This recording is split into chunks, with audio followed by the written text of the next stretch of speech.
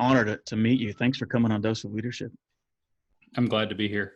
I'm looking forward to this. I reached out to you because I'm really frustrated, and I haven't recorded. I usually record 4 to 5 episodes a week and put them in, and I've taken a break, and I was trying to.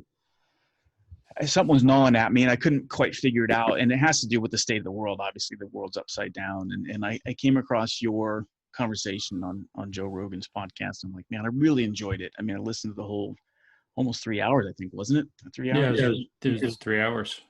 And really dove into your stuff, dove into your website, just immersed myself in your articles. And it was refreshing because it gave me a little clarity and alignment, because as I was saying in the pre-recording here, I'm having a tough time talking about culture, talking about how to become a better leader, because the elephant in the room is this kind of the challenge of critical theory and the social justice and everything, and it doesn't sit well with me. So anyway, I'd like to just kind of explore that topic with you today. And yeah, I mean, that's the topic of the hour, and I somehow fell, as they say, backwards into knowing a lot about it at the right time, I suppose. So hopefully we can get some clarity around the issues that you've been facing. I think there are a lot of issues around leadership in particular, and workplace management in particular also, that are extraordinarily relevant to discuss, because this is a totally different way of viewing the world, which is why people have kind of lost their footing around the ideas that they're being presented with. Yeah, I think intuitively, instinctively, and I'm a big guy of that. I'm a big guy of intuition.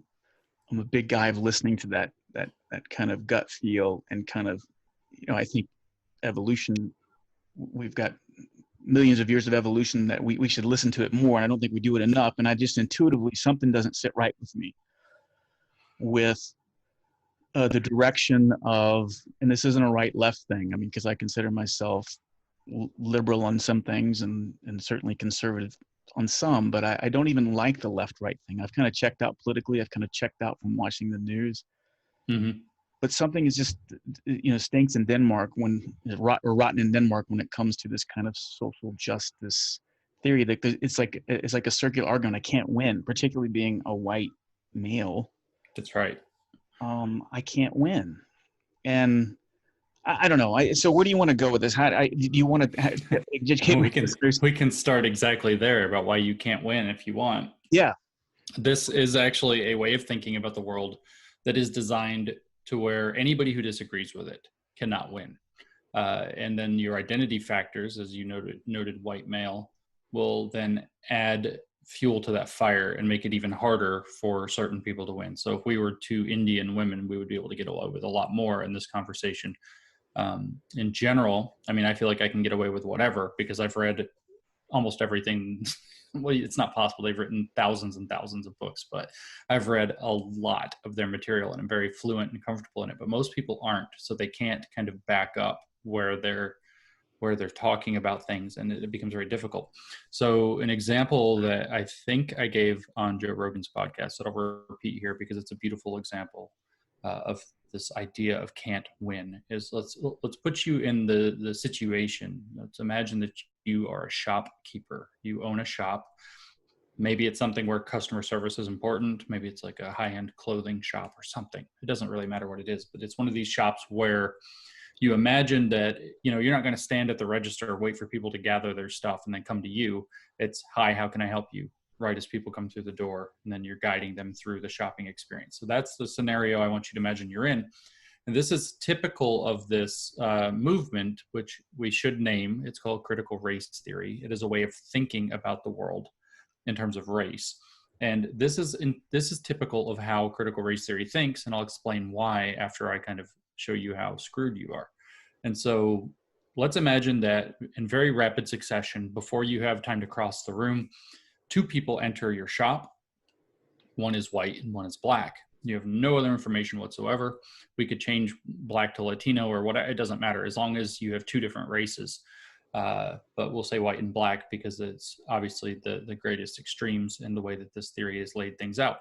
So these 2 individuals walk in, you start crossing the room, and because you can only attend to one customer at a time, you have to choose. Do you pick the white person to talk to first, or do you talk to the black person first? hi, how can I help you? Glad you're here today. Let's see what we can do. You can't win this decision. You're set up to lose by critical race theory. And so if you decide I'll approach the white person first, critical race theory would say, well, you prefer white people. It doesn't matter your race, by the way. It doesn't matter if you're white or not. You are more comfortable with white people. You're more comfortable with whiteness. You want to favor white people. You want to make sure white people are first-class citizens and not white people are second-class citizens, especially black people. So of course you served the white person first, you racist. On the other hand, if you had approached the black person first, critical race theory would analyze that interaction by saying, you don't trust black people. You don't want a black person wandering around in your store unsupervised while you help another customer. You want to get the black person out of the store as quickly as possible. So obviously you chose the black person to serve first, you racist. And so both paths lead to the same conclusion, racism, which you might imagine was therefore the predetermined conclusion. And that's exactly what critical race theory teaches. The first tenet of critical race theory, and I do mean that, they actually list their tenets of their belief in their fundamental textbooks, like Critical Race Theory and Introduction by Richard Delgado and Gene Stefanchik, the standard undergraduate and early graduate level text on the subject. They list their tenets. The first tenet is that racism is the ordinary state of affairs in society and is present in all interactions. So the question, as it's been phrased by some later scholars, and this is very nearly a quote. If it was in front of me, it would be exactly a quote, but I'm not misportraying it, is the question under critical race theory is not, did racism take place, but how did racism manifest in that situation? So the assumption under critical race theory is that a system of racism pervades all of our society, and it manifests itself in routine interactions, the kind of vague workings of systems, and essentially everything that you can possibly imagine, from conversations to ways of thinking, to ways of teaching, to ways of learning, to ways of interacting with one another, to organizational policy, to organizational cultures that have nothing to do with policy or that even maybe don't match the policy. Everything you can imagine contributes to a system of racism that is ordinary, the state of affairs. And the question becomes, for somebody who has taken up critical race theory, and that's, I emphasized critical because that's what critical means, is to find the racism in the situation. The critical approach in this regard is not critical thinking. That is explicitly listed in their papers as a form of white supremacy. I'm not exaggerating that. We can cite Allison Bailey, 2017, her paper about privilege preserving epistemic pushback that was published in Hypatia. You can go read it yourself and see it. I didn't make it up. So that would be white supremacy. So that we're not talking about the critical thinking tradition, we're talking about the critical theory tradition, which is actually different. And its job is to find oppression that it assumes is there and make it visible. Yeah, let's give that distinction between critical thinking and critical theory, because if I didn't think about it and I hear critical theory, I'm thinking, well, of course I want to be critical. I want to find the most, I want to dig deep and find the right solution. I want to have the difficult conversations. I want to challenge. I mean, we're all for that. But critical theory is not critical theory thinking, as you said. And so explain the difference. Right. So that is one of the kind of fundamental tricks, and I do mean that, of this tradition, is that it actually takes words and ideas that we're comfortable with and think mean one thing, and then attach a very specific specialized meaning within their way of thinking that is often similar enough where if you kind of squint your eyes really hard, you can say, it's the same thing. But in reality, it's something completely different. The critical thinking tradition is one of reasoned skepticism. It's one of provide your evidence. Let's have your best argument. Let's try to defer to the most objective standard that we can possibly get to. Let's not be hasty. Let's not jump into a belief that isn't well grounded, and let's not be gullible. And so that's the idea behind critical thinking. The objective of critical thinking is to apply rigorous methods to try to find the best truth, or the closest thing to the truth that we can find on any given situation. The critical theory tradition, however, is very different. It comes from that same idea that we're going to be skeptical of claims that are being made, or situations or circumstances. But it takes that skepticism in a radically different direction.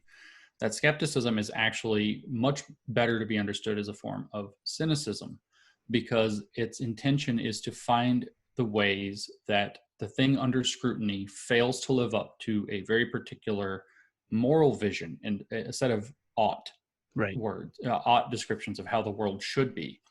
That tradition and the name critical actually have a deep root in philosophy. The most relevant philosopher, and I mean, it gets weird and dark real fast, is to say it's Karl Marx. The word critique here could be derived from Immanuel Kant, but Kant and then Hegel and other German idealist philosophers ended up informing Karl Marx, who decided that the point of critique is ruthless criticism of all that exists for a very particular purpose. And so the context in which critical theory exists is not the same context that critical thinking exists. Critical thinking is the child of the Enlightenment.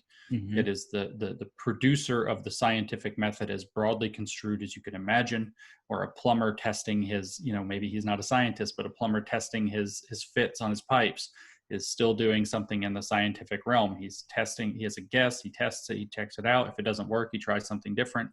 That's still in the broad sense of being Enlightenment critical. The critical theory tradition is rooted in Marxist conflict theory. Conflict theory was Marx's idea that society is broken into social groups that are in some way stratified. This is standard sociology. It's just true. We actually do live in a stratified society. When you say upper class, middle class, lower class, or poverty, you are actually talking about an economically stratified society. But Marx's conception of stratification in society was very simplistic. He cut it into two groups, the proletariat and the bourgeoisie. And the proletariat were the common everyman, the worker class, and then the bourgeoisie were the elites and the capitalist class. And his belief was that the bourgeoisie oppressed the proletariat. And so what the point of his ruthless criticism, thus later critical theory, was to awaken the proletariat's consciousness of how they were being exploited, how they were being oppressed. Moving forward in history, you had a number of failed communist revolutions in the early part of the 20th century, late part of the 19th century. There's a big mystery among Marxist thinkers about why Marx's predictions weren't coming to pass. And you had the Institute for Social Research arise in Frankfurt, Germany. That is usually just called the Frankfurt School now. I know I said Frankfurt. It's actually Frankfurt, but I can't make myself do it. I'm American, and psychologically. But so the Frankfurt School had a number of thinkers, and their goal was to add in Freud's psychoanalytic theory to try to explain why the Marxist revolutions didn't happen, why the oppressed classes didn't understand their oppression, why they vote against their interests, and in particular, why they voted for fascists, which was relevant and true at their time in the 1920s and early 1930s. So they happened upon the idea that the elites in society produce a way of thinking they called hegemony that is pushed through by their ideologies that make people believe what they think is the right way to believe. And this fools people into voting against their interests. Over time, that developed with their various thinkers like Theodor Adorno and Herbert Marcuse into looking at the ways that mass culture, pop culture, middle culture all subvert the revolutionary will of average people. So they have their ability to go buy consumer products, and they have their ability to go to the movies, and they can go to the football game, and they can enjoy their lives, and they have a nice middle class existence. And the critical theory school, Frankfurt School, interpreted this as the elites finding a way to steal the revolutionary will away from the proletariat and make them think that they're not that bad, lives were not that bad, which is no good for fomenting a revolution. So what they outlined critical theory formally for the first time in 1937 by Max Horkheimer was the first one to write the book, but he had help from the Theodor Adorno I just noted. They explicitly meant the critical part of critical theory is to help the oppressed classes of society, whatever those happen to be, understand their oppression so that they will want to throw it off by dismantling the society that oppresses them, by overthrowing the elites. Fast forward into the 60s, it got attached to race, it got attached to other aspects of identity, and this has been kind of the runaway train that we didn't know society was riding until it finally, I guess, launched itself off the cliff about a month and a half ago, and everybody became aware that this has been building up in the academy for 50 years. Well, I mean, that you said a lot there, but I think that's what's so important to kind of have that historical context, because again, I think even before this tinderbox, this kind of perfect storm that set everything off this year that we call 2020. Yeah, I mean, it has its roots, as you said, because I think someone who's not paying attention or just kind of casually, and if you hear me talking about, or if I went up to somebody and said, hey, well, this is all happening because it has its roots in kind of this Karl Marx theory, they'd think I was a conspiracy theorist or a nut job, right? Man, I get it every day, buddy. But it's an important point because at the essence of what you said here, what we're looking at, mm-hmm. and this is personal for me because I have 4 daughters. I have 2 of them. I've literally lost 2 of my daughters to this, mm-hmm. to the point to where one of them is essentially estranged from us because of this almost, and dare I even say, it resembles a cult to me. And I say that because it's personal to me, because I've mm-hmm. seen what it did, particularly to my 21-year-old. Mm-hmm. I can relate. And it's this idea that the world, which again, it's off-putting to me because I've been accused of being complicit of a system that I didn't even know existed, if that makes sense. Well, yeah, that's part of your complicity, as a matter of fact, is not knowing it exists, right, according to the theory. But from my vantage point, from what I see, is that, okay, they're spouting, quote unquote, air quote, universal values, but they're universal to who? Are they really that universal? Because the way that I see it, a world is being created that is ideal for upper to middle class white intellectuals from Western societies. Mm-hmm.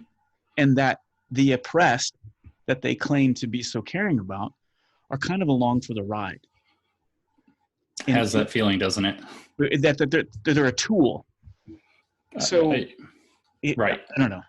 I don't know if that makes sense. I mean, this is an ideology that is primarily suited for people who have the time and advantages required to learn a lot of 7-syllable words with hyphens in them, and to learn a lot of highly specialized terminology and these kind of complicated theories that are literally detached from reality, which most people who have to interact with reality on a day-to-day basis don't have the luxury to do. I mean, you fly aircraft, you don't have the luxury of theorizing that the aircraft is going to just work some different way, that the runway is going to be under different conditions when you bring the plane down. You have to actually constrain your beliefs to reality.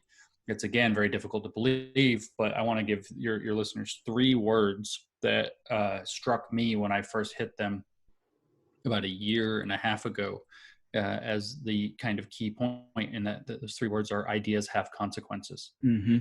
So ideas shape the way that we try to interact with the world. This is a very interesting ideology, and these ideas go way back. So when I say that you have to be constrained by the realities to fly and land an aircraft safely, I mean, obviously, if you're not worrying about the safe landing, you can do whatever you want, I guess. But, yeah, right. Sure. I mean, even there, you can't do whatever you want. The thing No. isn't going to go light speed or something all of a sudden. Right. You can't activate the warp drive that's not in the back of the thing. So you're still constrained. But there was a set of philosophies that arose in the 1960s that I did not mention in that kind of long genealogy a moment ago, named postmodernism. Yeah. And postmodern philosophy was an offshoot of this critical theory school that wanted to look at the question of social power differently. These were the French take on all of this kind of German idealist philosophy, I should say. And so one of their theorists, Michel Foucault, the most cited theorist of all time, as a matter of fact, with something like 1 million citations, which is insane. Albert Einstein has a little over 100,000. Michel Foucault has 1 million. It's an order of magnitude bigger. So again, ideas have consequences. He had the belief that power works through every individual, and that ultimately our decisions about what is true and what is false in the world are socially decided. You know, it's scientists decide what qualifies as science. Of course, the fact is that they decide that by trying it against the world and seeing what does and does not work. It's not actually arbitrary, but Michel Foucault didn't care about that. He said, ultimately, this is a social process. And if it's a social process, it's imbued with political processes and biases. And so the political biases of people are baked into claims about truth and reality. And his objective was to open people's minds, and this is sort of indicative of postmodern philosophy, to open people's minds to other potentialities of being. That's a quote, potentialities of being.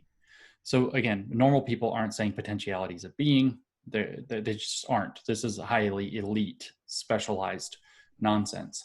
And it's obviously also nonsense because, you know, as we were just describing with the jet, it not having a warp drive constrains its potentialities of being, you know, the Starship Enterprise. And the potentialities of being of the you know, the concrete that the runway is made out of have some tremendous impacts on you know, what speeds at which that plane can hit the ground and other things. So reality does constrain us.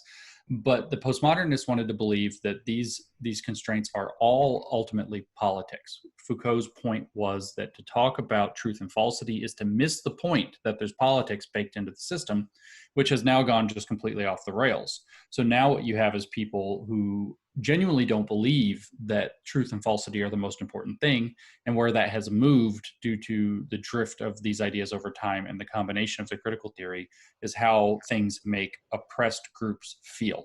Yeah. And they define who the oppressed groups are, and their feelings become, their lived experience of reality becomes the arbiter of validity and invalidity. This does take on cult-like manifestations because you're now talking about a metaphysic of how the world works. You're not talking about realities out there. We ask questions of reality through experiments and experience. You're now talking about, we have this interpretation of reality that you have subjectively in your feelings. One person's feelings count more than others for various reasons. This is a metaphysic of the world. And the ways that these are really enforced is by the way we think and talk about things, what we consider to be true and false. Again, this is a metaphysical view. So now we're leaving the realm of the Enlightenment entirely and moving into the realm of something spiritual in nature, in a kind of broad sense, sociological spiritualism. And everywhere you have a religion, you have the possibility to spawn a cult. And so when you have these kind of double binding situations that we talked about at the very beginning, imagine, let's go back to that. Imagine that you're that shopkeeper and now you've had your interaction, you did whatever you did. It doesn't matter, as you saw, you're racist for both picking white or black first. And then some third customer who happened to be browsing in the store overlooked this. This is probably going to be a upper middle class white person as it happens, but who knows? Browsing in the store, watches the interaction and comes up to you and says, hey, don't you think that was a little bit racist? Yeah. What you just did there. So what's your feeling as that person who just got confronted with that question? Well, we know. Right? Racism's terrible. If you, like you said, you're a reflective kind of guy, you think that it's key to leadership and growth to reflect it on your own life. I think we said that before we started recording, but it's key to live a self-reflective life. The unexamined life is not worth living, as you know, the Greek tradition says. And so you're going to reflect on that. Was it a little bit racist? And that feeling that you have is vulnerability. Yeah. And a cult operates by manufacturing vulnerability and then manipulating you into finding resolution to that vulnerability through the cult doctrine. This is a straight entry-level pattern in cult indoctrination. So it's to make you feel vulnerable and then to give you the resolution to your vulnerability through the doctrine. Well, what you did was a little bit racist because, and then either explanation suffices. Have you really read any of this material about anti-racism? Do you understand the systemic nature of racism and how what you did was complicit in that system? And so then you start to draw people into that doctrine. And as cults progress, there are different methods. There's a BITE model from Stephen Hassan, for example, that tries to control BITE as behavior. What's the I? Information, thought, and emotions. BITE, control of each of those. And over the process of you getting kind of pulled along into this literature and into this, you know, the communities that are talking about this, and you try to fit in and be good with these communities, They increasingly control what you're able to be exposed to, who you're being able to be exposed to. And so like your experience with an estranged daughter and maybe a second one on the way, I have similar experiences in my own life, actually, so I can relate on a personal level to you. As you get drawn into this, you have to be separated from people who might question the doctrine. And so that's where this cult-like thing happens. Yeah, and that's where it's so dangerous, because in your example, the white Karen that was observing my apparently systemic racist behavior, and it makes me go back and like, oh wow, am I? What am I doing? You know, or somebody might get really defensive. Either way, you can't. Someone might go defensive, and then you're a soundbite on CNN. Right? But the white Karen in this example isn't. I agree with you. It's so dangerous because it's so seductive, because that white Karen, for example, that was admonishing me, it happened almost. She didn't go to a class and was handed a pamphlet and said, here, do this, follow the bite model. Right. It happened so seductively because it preyed upon her own feelings of insecurities, guilt, limiting beliefs. I don't know if I'm hitting all. Sure. And also justice, fairness, right. Want for a better society, the Absolutely. Need to be reflective and avoid unnecessary offense or discrimination. So it really preys upon the best sides of human nature and liberal societies in particular. So it's very, very dangerous and very seductive. And I just had an email sent to me just before we sat down to talk, where somebody had said that they had this conversation with their friend recently, a couple of months ago, and they got talking about systemic racism. And the person was like, well, I don't really, I don't think that's the best way to talk about it. And it's this very kind of reasonable thing. And they had this long kind of day-long conversation in and out of the topic. And, they ended up hugging at the end and, hey, I can't wait to see you again or whatever. Life got busy. And so they finally end up texting each other again just a few days ago. And the person says, hey, do you want to get together? Haven't seen you in a while or whatever. And the response from the person who raised systemic racism in the first place was, I can't spend time with you anymore. You have some fundamental disagreements. You said that you don't really believe systemic racism is the right way to think about things. We have fundamental disagreements on some very basic things, and it's best if I basically remove you from my life. And I mean, these are close friends. So that is not normal behavior around disagreement between people who care about each other. Right. This is a ideology and a way of thinking and a worldview that instructs its people that take it up to separate themselves from all possible sources of contamination in terms of whether it's racist thought, racist association. And I say racist, but it's not just racism. It's sexism, misogyny, homophobia, transphobia, ableism, disableism, and you can just start going down the list. One of their theorists, most famous theorists, Judith Butler, actually referred to it in one of her papers as that exasperated etc. of listing all of the identities, because even they're tired of having to say it. Right. The whole list every time. And so, yeah, it's a very not healthy way to approach life. I don't know how much of it is imported from even social media, where you just block and delete and unfriend people from your life for disagreeing with you. I'm not a psychologist, but I think just from a common sense perspective, I think because it makes it easy. It's social media is kind of like the same thing when you feel when you're in your car and you feel that it's okay to, flip somebody off, which you wouldn't do if we were walking next to each other, because you're in an isolated bubble, and social media just makes even that much more isolated and anonymous and powerful. But going back to when you talk, that's come up quite a bit, this whole idea of systemic, right? Systemic racism, systemic whatever it is. And that's one of those things that, again, that just didn't sit well with me, because I guess I'm from the traditional thinking side of it, where from a leadership perspective, it's all about personal responsibility, right? And it is about the individual. And that if I spend most of my time working on myself and being authentic, transparent, and vulnerable with myself and those around me, then that gives people the freedom around me to do the same. And that's infectious. And the systemic idea, this postmodernism, just kind of wipes all that out, because it goes into it assuming as you said, it dumbs it down to you're either the oppressor or the oppressed. And you're That's the good right. guys if you're the oppressed, you're the bad guys if you're the oppressor. And That's right. and all of this that we see around us, all these blessings and all these remarkable accomplishments that we've achieved, from science to business to medicine to whatever, has all been created through a patriarchal, oppressed system.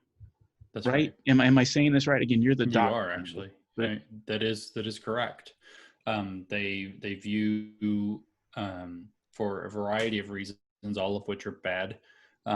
They view the various ways that we think and learn and teach about knowledge, about gathering knowledge. So science, reason, evidence, civility, rules of order, debate, dialogue, dialectic, all these kinds of constructive things that we've developed as techniques over time, as just being manifestations of white supremacy and patriarchy and heteronormativity and all of these, again, 10-syllable words that basically mean that you're somehow in the oppressor group. And so, they make claims that when you hear them, you're like, it's like, if I squint hard enough, yeah, okay. But it's not even like something doesn't sit right. It's like, that's just stupid. For example, the claim that science is patriarchal was very prominent in the feminism of the 1980s, going into the 1990s. And it was based upon claims that more men than women worked in science, so therefore they must be putting secret male bias into science. right. And there were small points where they could raise and say, well, you've overlooked these important things to do with, say, women's health and medicine, because we had whether you want to call it patriarchal, whether benevolent sexist, whatever you want to call the norm, that until quite recently, the idea that, well, this is really risky, so let's only do it to men because they're expendable, and let's protect women. So there was less medical research on women because men were trying to protect women from medical research going wrong. That becomes like a manifestation of oppressing women because there's less knowledge. But then they also would point to like foundational scientific texts by like Francis Bacon written 400 years ago and say, well, Francis Bacon said things like, there's the relationship of the scientist to the natural world is like a marriage, and the scientist becomes like, the whatever dominant husband, Yeah. and his submissive wife has to do whatever. And they're like, see, science from some guy writing a metaphor 400 years ago means that all of science is cooked through with these biases as though that's absolutely permanent. And so they genuinely now still believe that science is somehow patriarchal, and that depending on the science, but if it's something like physics, which they'll point to, but not something like medicine, which they will conveniently not point to, which is now female dominant, they will point out and say, oh, well, 80% of physicists are men. So that's obviously because it can't be possibly because of the nature of physics and who's good at physics or interested in physics. And I'm not saying women can't be good at physics. It's just that the data seem to show that women who are good at mathematically heavy subjects also tend to be linguistically skilled. And so they have a greater variety of career options, and maybe doing awful physics all day isn't something that they want to spend their time doing if they have other options that aren't available, because men on average who are good at math tend not to be good verbally. Yeah. This is not explained why this is the case, but it seems to be the case, and it seems to be stable across cultures. So it's probably something biological, but you're not allowed to say that. So that would be raised up as evidence that there must be patriarchal biases in science that have to be undone. And despite, decades of women in science, women in STEM, scholarships, programs, blah, blah, blah, these numbers have remained, not only have they remained stable, they've kind of gone backwards. There were more women getting into science and STEM in the 80s and early 90s than there are now, except in countries where basically, like in India, where people are rapidly trying to, gain as much, where you don't have the same economic stability and thus ability to choose your own path in life.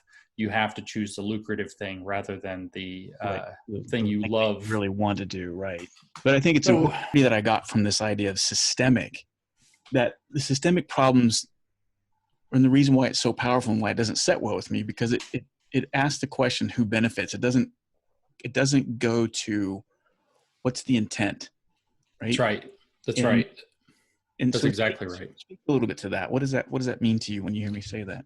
So in the literature, actually, you can find them talking. So I can quote, again, I have to paraphrase because I don't have it directly in front of me, but I can quote from very famous scholars now, like Robin DiAngelo, who say that within the question of science, there is the question of objectivity. And we have to realize that objectivity, she says, is not possible and may not even be desirable, because we have to start learning to question who's presumed objectivity and who benefits from the application of the science. Right. And so what you just put your finger on is exactly correct. The question is who benefits from this, and whoever benefits from it is complicit in the system of, imaginary oppression. So a really great example there, I mean, we talked about patriarchal science a second ago, but a really great example would be that, say, scientific knowledge has, it requires very rigorous methods that are very difficult and statistical. And so it does exclude people who aren't good at statistics. And because of whatever set of historical contingencies and maybe other factors, like cultural predilections, people choosing to do what they want to do with their lives in a free society. I don't see any reason to see that there are biological reasons across race, just to make that very clear. But you do see fewer numbers of statistically competent Black and Latino people in our society, if we were just to look at how many there are, proportionally speaking, than their proportion of the population. Maybe it's because fewer of them go to college because they're in higher rates of poverty. Maybe there are other reasons, but there are some reasons that must lead to this conclusion. But their belief would be that saying, well, you have to use statistics to do your social science or whatever your other science is. You have to use these mathematically rigorous methods that you learned in these, collegiate courses, that excludes Blacks and Latinos who don't know how to do that. And therefore that's white supremacy acting in terms of maintaining, white dominance in science, because more white people, proportionally speaking, and more, it turns out, Asian as well, but that complicates their narrative a bit, are good at those particular skills. And so unless there's an equal representation of all of these skills, what they would say is, well, look, white people get more of these high status jobs, more white people get to be scientists, more white people get to go inform Congress based on scientific findings that works its way into policy. So therefore, white people benefit from a system that enshrines, say, statistical knowledge or methodological rigor above, and I'm not exaggerating, this is straight out of the critical race theory book, storytelling. So I know it sounds horrendously racist for me to associate storytelling with Black people as opposed to methodological rigor, but that's their book. I don't believe it. It's what they wrote in their book. Mm-hmm. That's the critical race theory view, is that storytelling is one of their methods and that science is one of the white methods. So white people have science. They exclude storytelling as a non-scientific method, and then they get all these prestigious opportunities as a result, so they benefit. So then white people all benefit from this white systemic racism. And that's explicitly written in their books about how society is organized and what systemic racism actually means. That's not even the complicity side, which, if you want me to blow your mind about that, I think I kind of did it. I did on Joe Rogan's podcast, but I've kind of developed it a little further. That complicity side is also who benefits. Yeah. Complicity is so important for people to understand, is that this is, when they say systemic racism, that's what they mean. So to kind of just summarize the same argument that I've put out very simply, is like, if you and I were out for a walk, walking down the sidewalk along a street, maybe it's not even a very busy street, you can start cooking in all these fun variables like this, and I step on a broken bottle and trip and twist my ankle and fall, and I crash into you as I fall, and I knock you into the street just as a car that's above the speed limit happens to be going by and runs you over, but say it's only like 5 or 6 miles over the speed limit. So if it would have been going the speed limit, it wouldn't have been there. It would have been able to stop. It wouldn't have hit you. There's all these different factors. Why did that person leave their house? Why were we walking at that time instead of other times? Maybe your boss called and all of a sudden you weren't able to go when we were scheduled to. So you can start looking at all the different people who contributed to the situation when we try to start placing blame.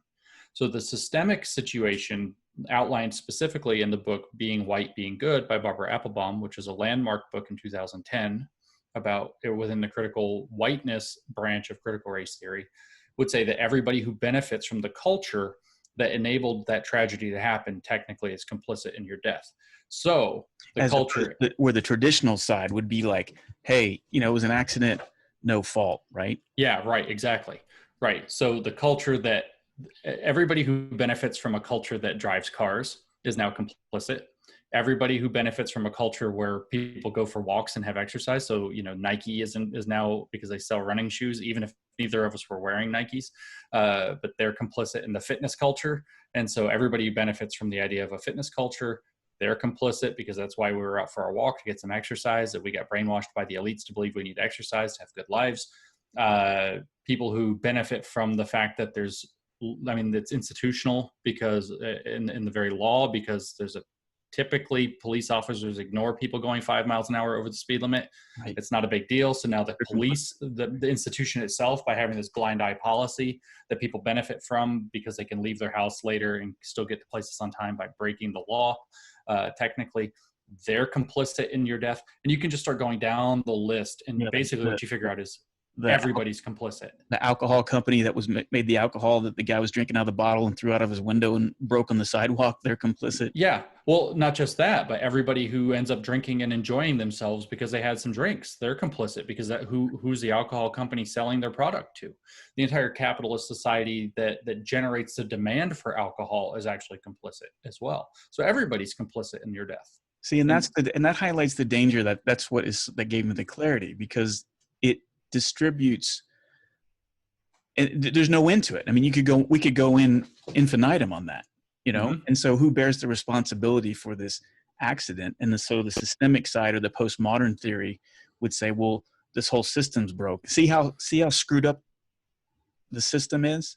Right. So now in that example, foment a revolution. We need to foment a revolution and destroy and so that is what's happening, right? And so it's literally what it is. Yes.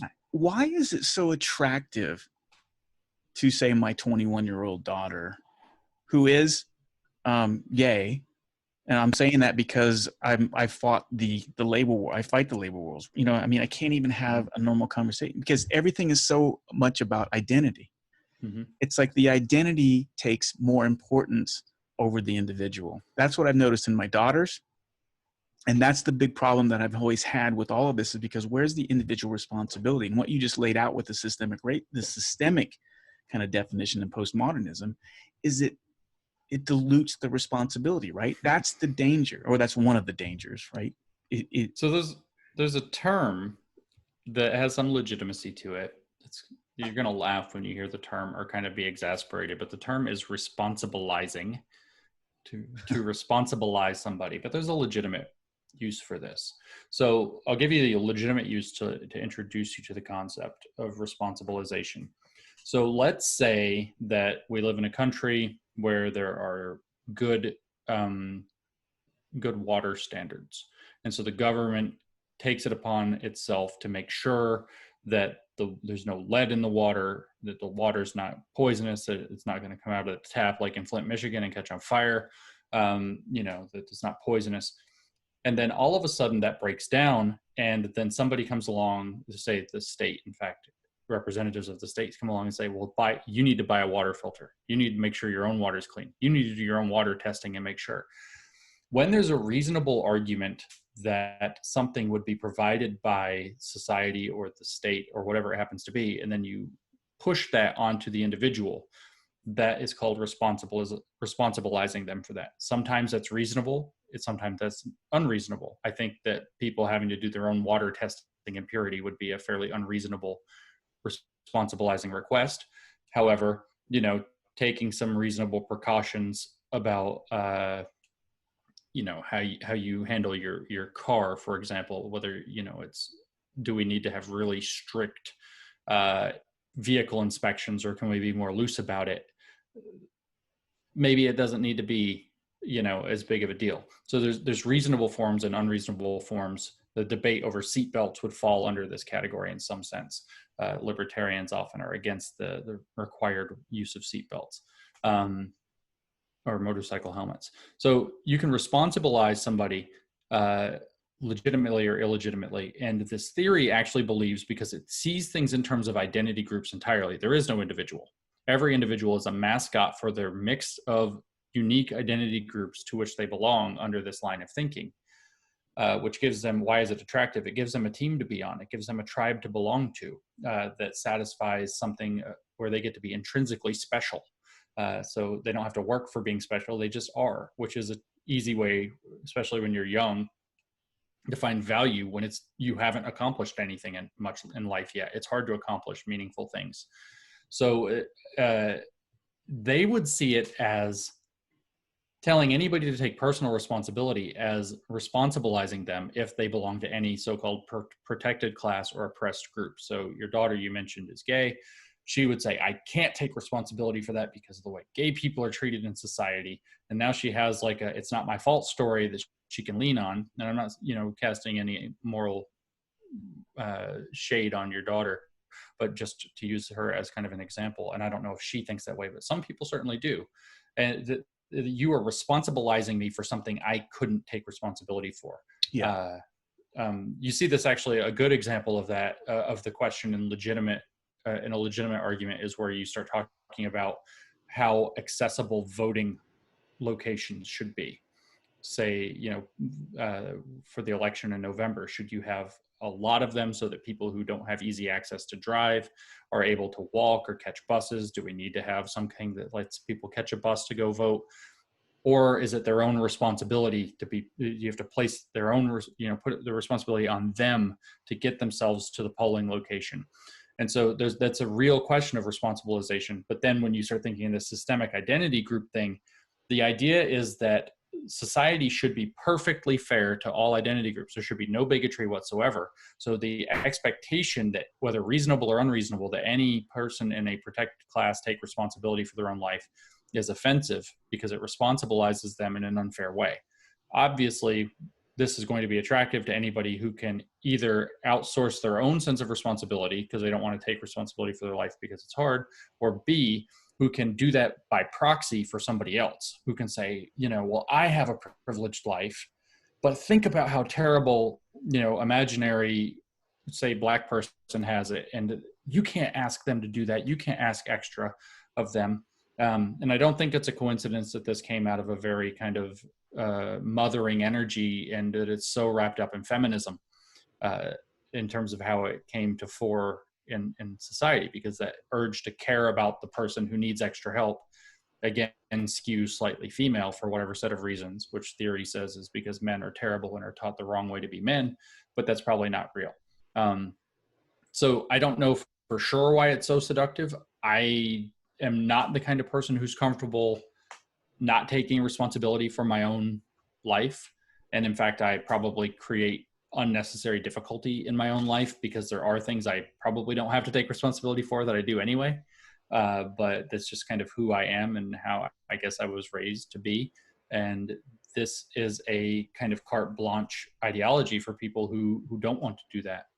I could tell a story of a similar young woman I know who I got that, I don't know, maybe the story she's telling is true. I just got that same vibe of being unwilling to take personal responsibility and being able to lean into an identity argument to avoid it, if you want to hear that story.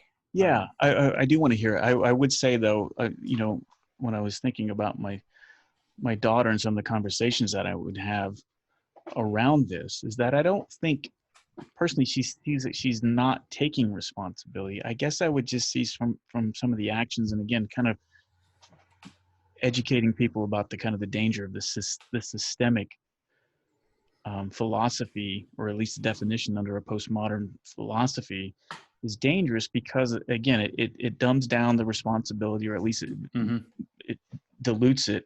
There's no room for personal growth, which is what you're just in stark contrast to what I believe wholeheartedly. That's why I even do the show, because it is all about personal growth. And it induces a lot of unnecessary guilt, I guess, is what I see. Yeah. And those are the things that I see. But I guess even in the conversations, if I went up and I asked my daughter, I said, she says, what do you mean? I'm busting my ass trying to make things happen and this and that. But everything is around, again, the identity, the group. and not the individual. Right. So yeah, that issue of responsibilization comes up with the systemic thinking in terms of when people believe that the system should specifically be the thing that Yeah, either takes care of them or that doesn't limit them. And both of these arguments are relevant. And often the system limiting them might be kind of, I hate to say it, but might be sort of read into the situation. I was going to say made up, but I think read into is more relevant because that's what critical theory teaches people to do, is to read systemic oppression into situations. So to kind of be neat about with how we've been developing this so far. So this story of this young woman I know, she was, I majored in physics. My bachelor's degree is in physics, and then I changed to math. And so she's a friend of one of my daughters, and I'm talking to her, and she says that she was a physics major. And I'm like, wow. So we start talking about it. And then she said, well, I only made it 1 year in physics. And I don't mean to sound this way, but I mean, I finished a degree in physics. I have a PhD in math. I taught university for 10 years. You can kind of get it. Sometimes people surprise you, but you can kind of get a read on how serious a student is. Right. Mm-hmm. Yeah. And you can kind of get a read on, especially relevant in physics and math and things like that are truly difficult subjects. You have to do the work. There's no shortcut there. Right.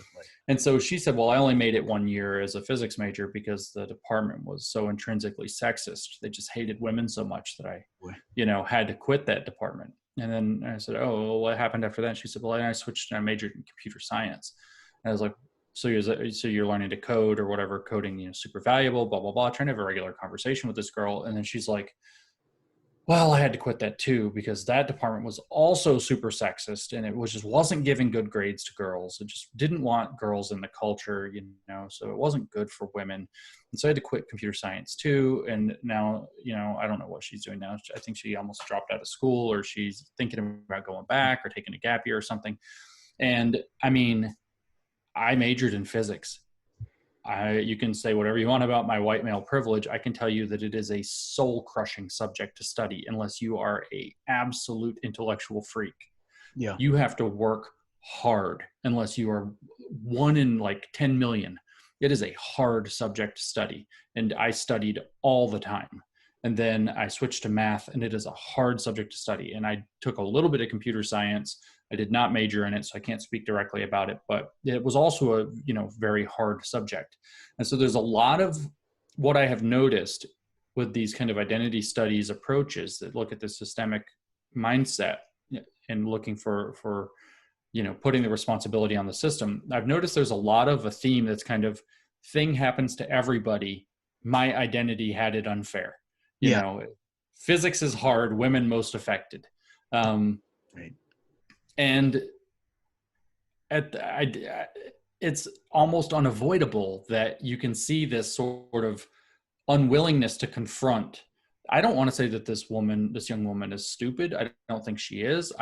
It's nothing like that. But the amount of work that you have to put in, the number of sacrifices you have to make to excel in something like physics or math or computer science, those are very high. I watched my own friends that I was close with in college just bounce out of engineering majors because they couldn't put in the work. And again, I don't think these are stupid people. I don't think they had a learning disability that would prevent it or anything of that sort. They certainly weren't being systemically discriminated against, apparently because they were white men who could not pass calculus and had to bounce out of their engineering majors. I firmly believe that if they put in the time and the work, but I saw them, I'm not judging them. Life is complicated. Many things are happening at once all the time. They went to parties every Friday. Maybe they didn't go on Wednesday or whatever and miss a test, but they were, they weren't putting in crazy extra effort in all their spare time to learn calculus.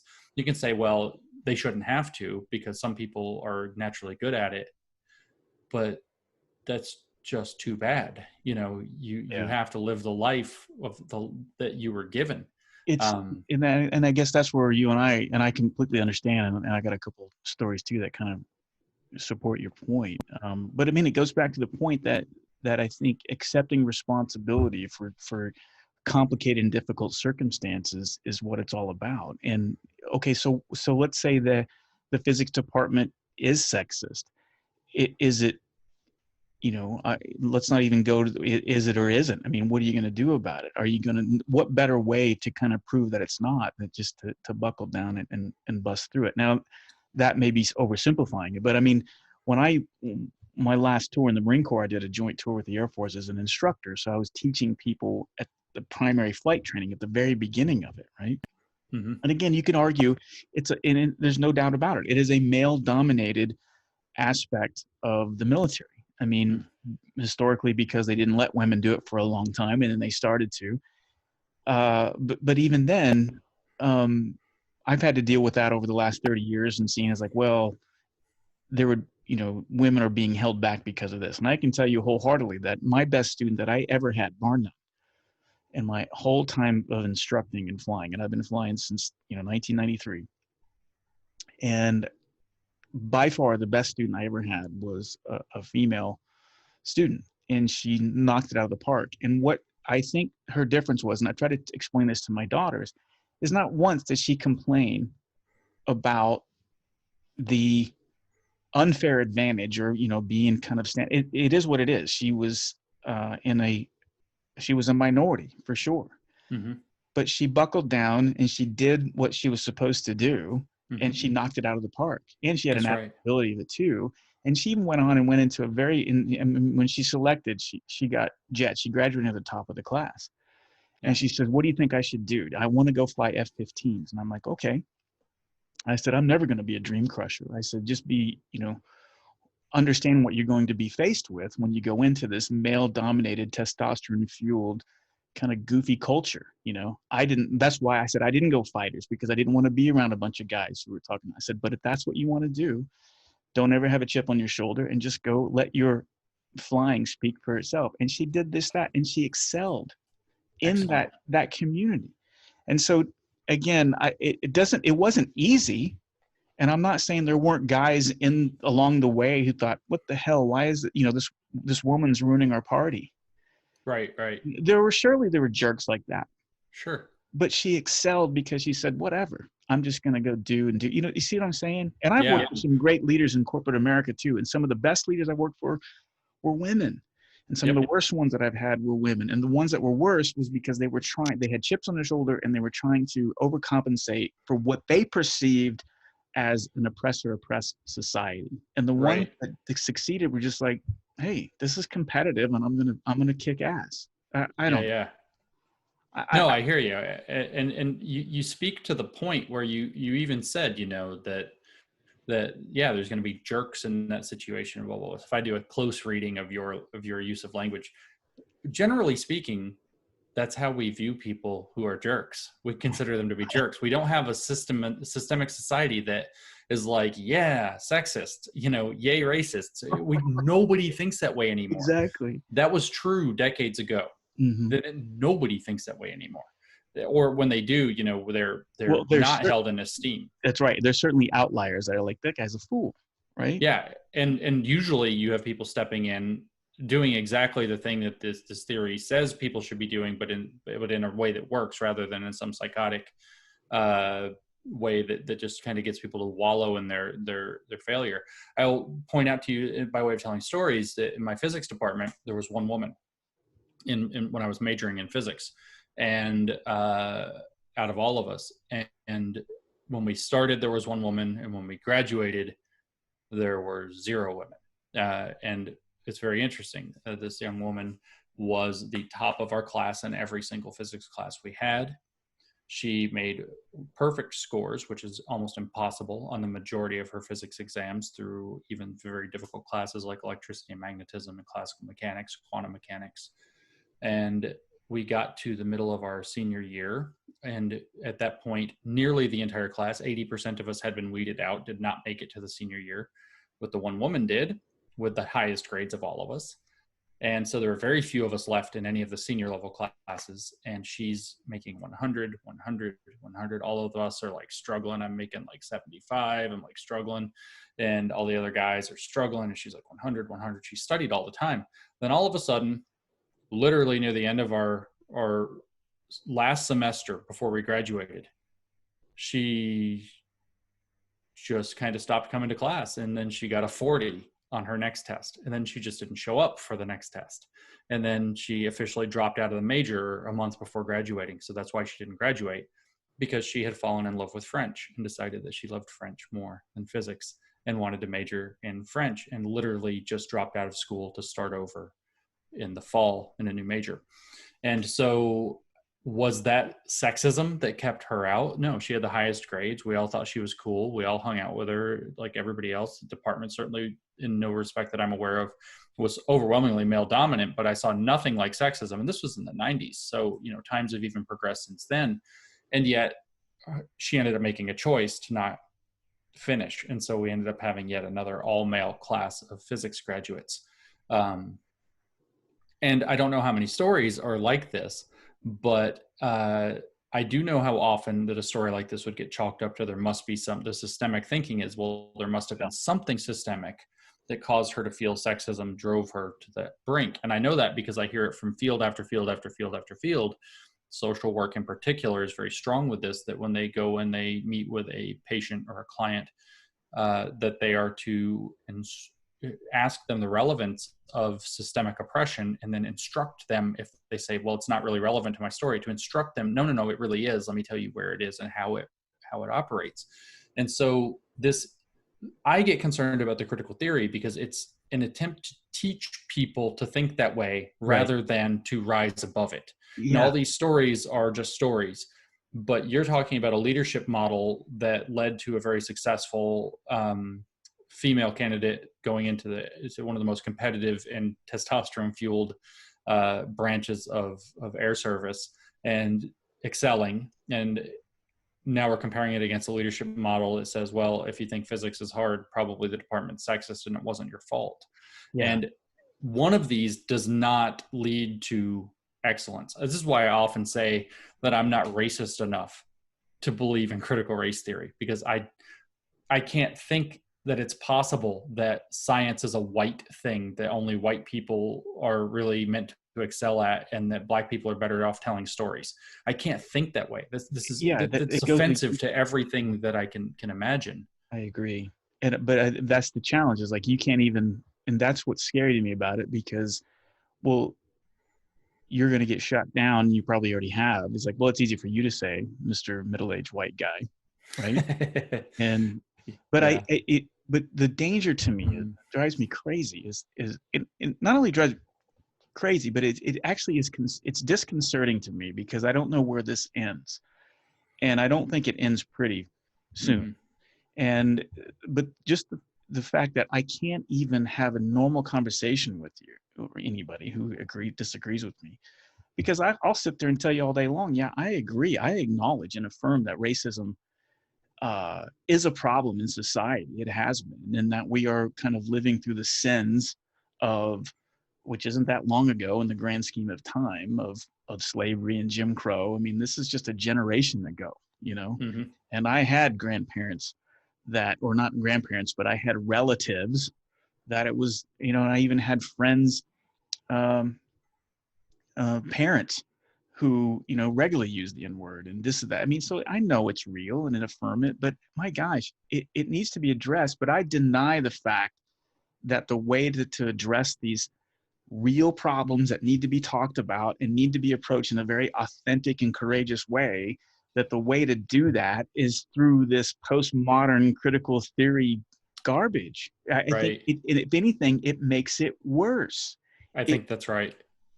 And I'm frustrated because I don't know what to tell. I've had a couple clients. I was telling you this before the recording, that a couple clients is like, well, that's all great, Rich, and but what do I do here? Because I've got these 25-year-olds who are ready to, I'm walking on eggshells, and I don't know what to tell them.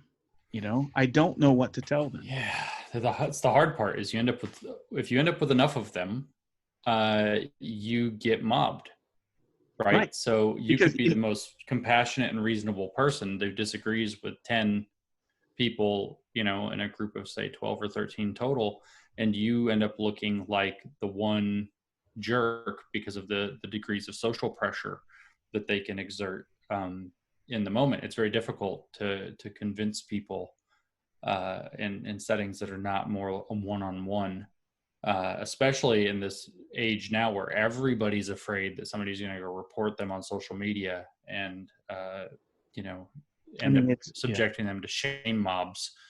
So it's a very precarious situation. I do know, I was speaking earlier with a group from South Africa, and a young Black woman asked me, you know, how these kinds of things might be navigated. But the answer is more individual than when you end up with one of these groups in front of you. And in that case, I actually said that we really do have to start having a real reckoning about values. We have to start asking people about values like forgiveness and growth. And we have to start, I honestly said that and imagine this, and in this day and age, and I'm talking to a young Black woman, and I said that we need to start using humor around issues like race. I didn't say we should tell racist jokes. And in fact, I think we should not tell racist jokes, but I think racial jokes have a place. Jokes across the sex difference have a place. Jokes across these issues of identity that are given in good, not racist, not sexist, not misogynist, but ones that have that good-natured probing of the boundaries. Let's find and bond together, joking together. And it could be national difference. I'm from Appalachia. Just let them rip, buddy. You know, let's talk about some hillbillies. And, you know, I actually look back as inspiration. If you, where did you get this crazy idea that James is saying racist jokes? And I'm like, no, not racist. I actually got it from watching Black comedians. And I grew up watching a lot of Black comedians on television and on their specials. And I was very taken by them through especially I mean, even in the 80s, but then also the 90s and into the early 2000s. I remember watching Richard Pryor when I was quite young. I remember watching Chris Rock. I was very into, you know, it was very inappropriate that I was like 12 and my favorite comedian was Eddie Murphy. Right. Yeah, it's like, you know, I was watching, Eddie Murphy Raw when I was like 12 and like hiding it from my parents. Right. Because it's like swear words every three words or something. Yeah. And he's out in some like laser cut shiny suit. It's the leather suit. Yeah, just so ridiculous. And so then I watched Bernie Mac and Steve Harvey, and I watched these guys. And these guys made racial, not racist. Yeah, jokes. I know what you're saying. And they brought up points about whiteness as a culture. You know, they even got their little voice. They're like, I'm going to go see what's going on. You know, they got their stereotypical white voice, and everybody laughs. And so they end up probing the issue with humor. They end up opening up that vulnerability, not through shame, not through guilt, not through these kind of negative emotions, but rather through the ability to kind of laugh at yourself. And there was always a sense where the joke went too far when it did, which sometimes it did. There was a guy that I went to college with who was actually, his ambition was to become a stand-up comedian. And his name was Rob. And he told some really good jokes, but he also told some real bombs. You know, he tested them on us. And it was like, they can't all be winners, Rob. They can't all be winners. And so, you know, sometimes they go too far. But these jokes, you know, they open up your mind. When humor is used right, they open up your mind. I think that humor, like comedy, is in fact the kind of light side of critical theory. Whereas this guilt and shame model that we see is like the dark side.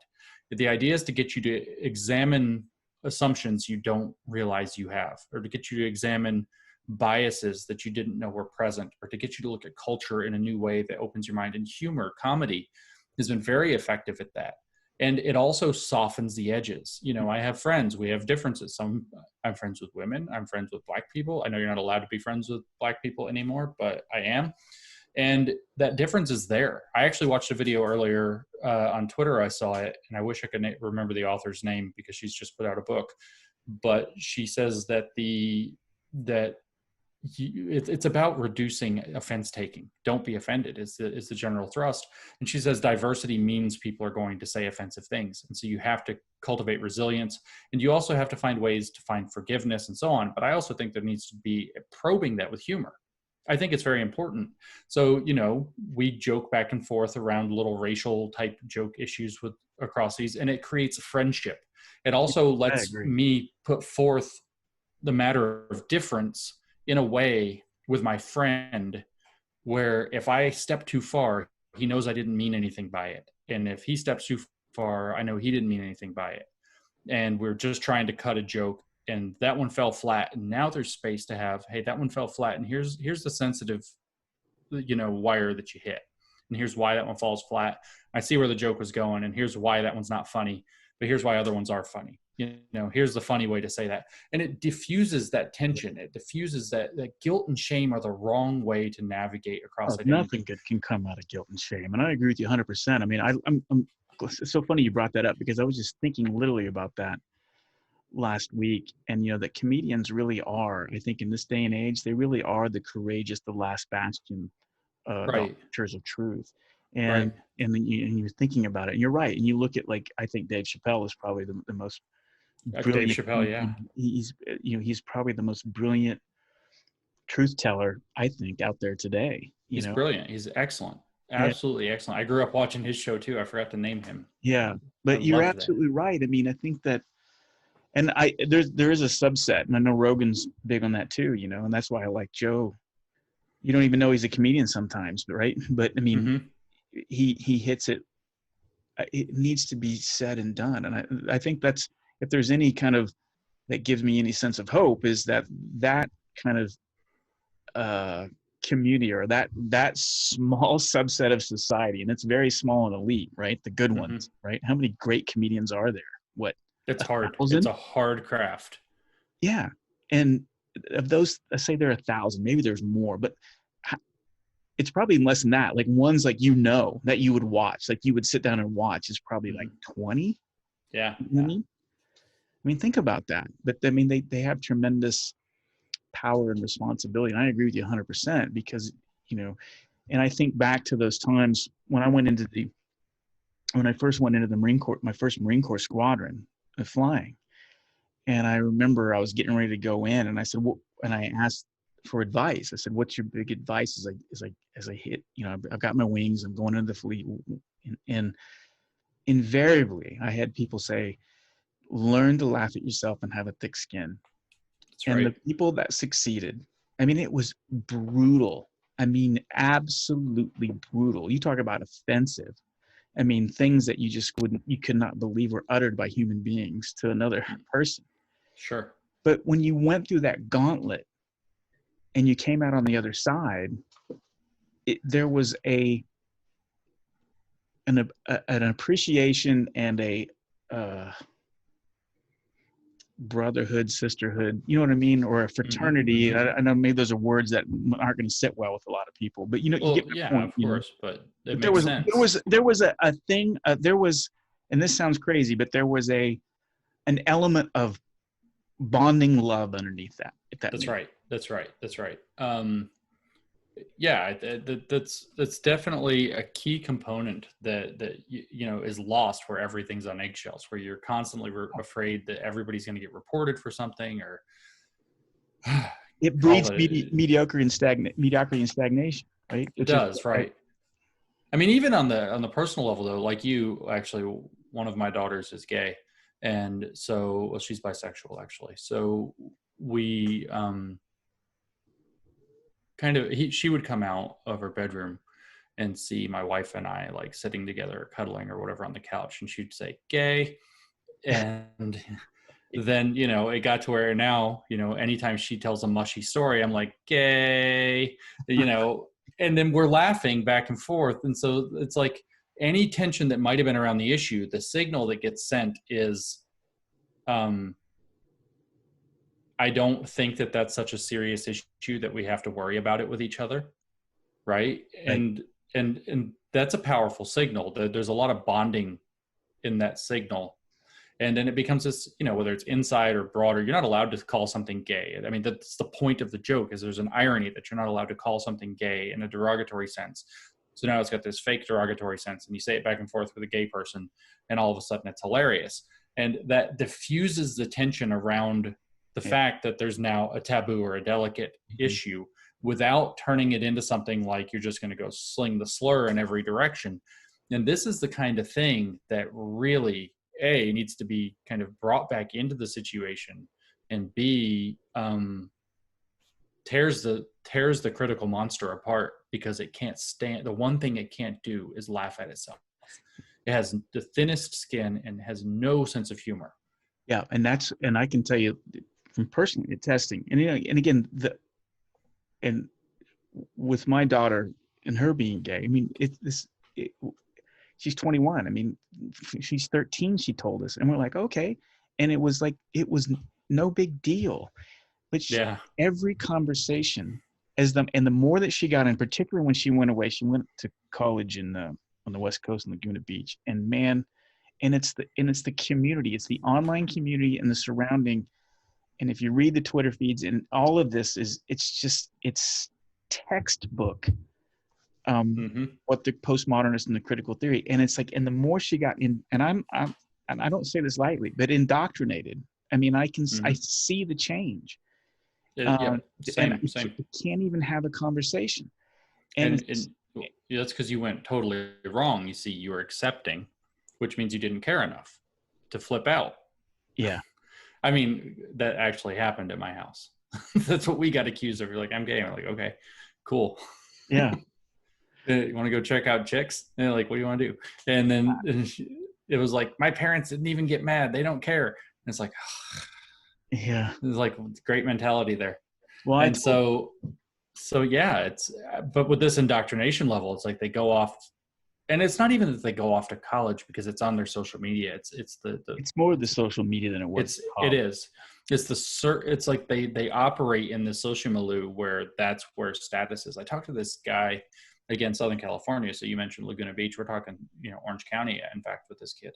I'm talking to him on a long car ride I ended up on one time from Orange County back up to LA. And he's telling me that like it is his high school. It was like, he said, we go home every day and we pull out the yearbook and we're like writing everybody's pronouns down next to their pictures so we can practice, because whoever knows all the pronouns best is cool. And anybody who gets them wrong gets made fun of and gets shamed. And it's like that social environment where that's the thing that makes you like, you're the most attentive and sensitive and all of this to, everybody's different identity concerns, which is focusing on your identity is ultimately a form of narcissism. It's just this unhealthy spiral where it's almost like everybody's indoctrinating themselves and each other into this. It's very anti-therapy kind of mentality to the world. It does produce a tremendous amount, I think, of unhealthy mental. It's just unhealthy. And you hit on a great point that I think that the systemic postmodern theory, where it's so dangerous, is because it intentionally, or at least it seems from the surface, it seems intentionally to not clarify. It intentionally muddies the waters for certain purposes. I mean, the more that you can muddy the waters with, and the pronoun thing is a great example, right? I mean, that only benefits the postmodern or the systemic or the critical theory thinking, right? Am I hitting the head on that or not? Yeah. So, I mean, what two features are kind of coming up there? Well, there's several features of postmodern thought that are coming up there. I guess I was going to limit it to two, but there's at least three that just jumped out at me. So there is this intentional focus on the power of language, right? So if you get the language around a group wrong, then you're doing some massive form of oppression. Where we grew up with a liberal ethic of sticks and stones may break my bones, but names can never hurt me, and kind of trying to develop that thicker skin. It has kind of the opposite. The power of language is supreme, to where being called the wrong pronoun or the wrong name is a form of violence, literally construes. So that's a second feature, which is the blurring of boundaries between different things. So, a verbal slight versus an insult become the same thing. And then that's tantamount to a form of violence. And those all become the same thing. So the blurring of the boundaries between the categories of insensitive comment, verbal slight, insult, physical violence, like those are all blurred into a single bad category. So that's a postmodern thing. That's where you're really going to get the muddying of the waters. And then again, the third thing that jumps out is that postmodernism as a school of thought very intentionally seeks to devalue universal humanity and completely erase the relevance of the individual and focus instead on group identity. group identity is where knowledge is actually generated, because each identity has its own unique culture. So there's gay culture, there's queer culture, there's bi culture, there's Black culture, there's Hispanic culture. And again, it's one of those things you squint and you're like, yeah, to some degree, I see it. But for the most part, can't we all kind of like, isn't that like secondary? But it doesn't see that. It says that focusing on universal humanity erases the relevance of that group identity, and focusing on individualism erases the significance of oppression based on that group identity, because you're saying that it's some individual's responsibility for their own lives. So both of those are not allowed. So it muddies the waters in multiple ways to cause this sort of identity-based tribal type thinking. It is, in fact, for people who study this, and I'm not an expert in it, but some experts in it have reached out to me and written to me about it recently. It is actually a return to medievalism, where medievalism would have been that you had your particular, whether it was religious sect or whether it was your feudal lord or your local community or whatever, you had these clans in particular. Across Scotland was famous for its clans. And they were very fragmented and balkanized and had a very difficult time relating to one another. And the clan identity became very important. So now they're forming clan identities in terms of these intrinsic identity factors, which in my opinion is literally the worst possible choice. If you're going to make clans, family, okay, whatever. But demographic identity, I don't think you could possibly have chosen a worse clan identity than that. But it's medievalism. Yeah, I'm sitting there thinking as you're explaining that, is like, when you look at the great authors of this, and particularly in the 60s, but who are today? Who are the leading authority? That you said Foucault? Is it Foucault or Foucault? Foucault. F-O-U-C-E. Is that how he spells that? Foucault. Is he like the grand poobah of all of this? Like, and is he was the like big king of the postmodern thinking. His most relevant writing would have been through the 1960s, and then he died in the early 1980s. So, but basically what we're seeing today can be attributed in large measure to him. Would you? That the postmodern aspect, yes, yeah. Overwhelmingly, we are living in his fevered dreams about the nature of reality.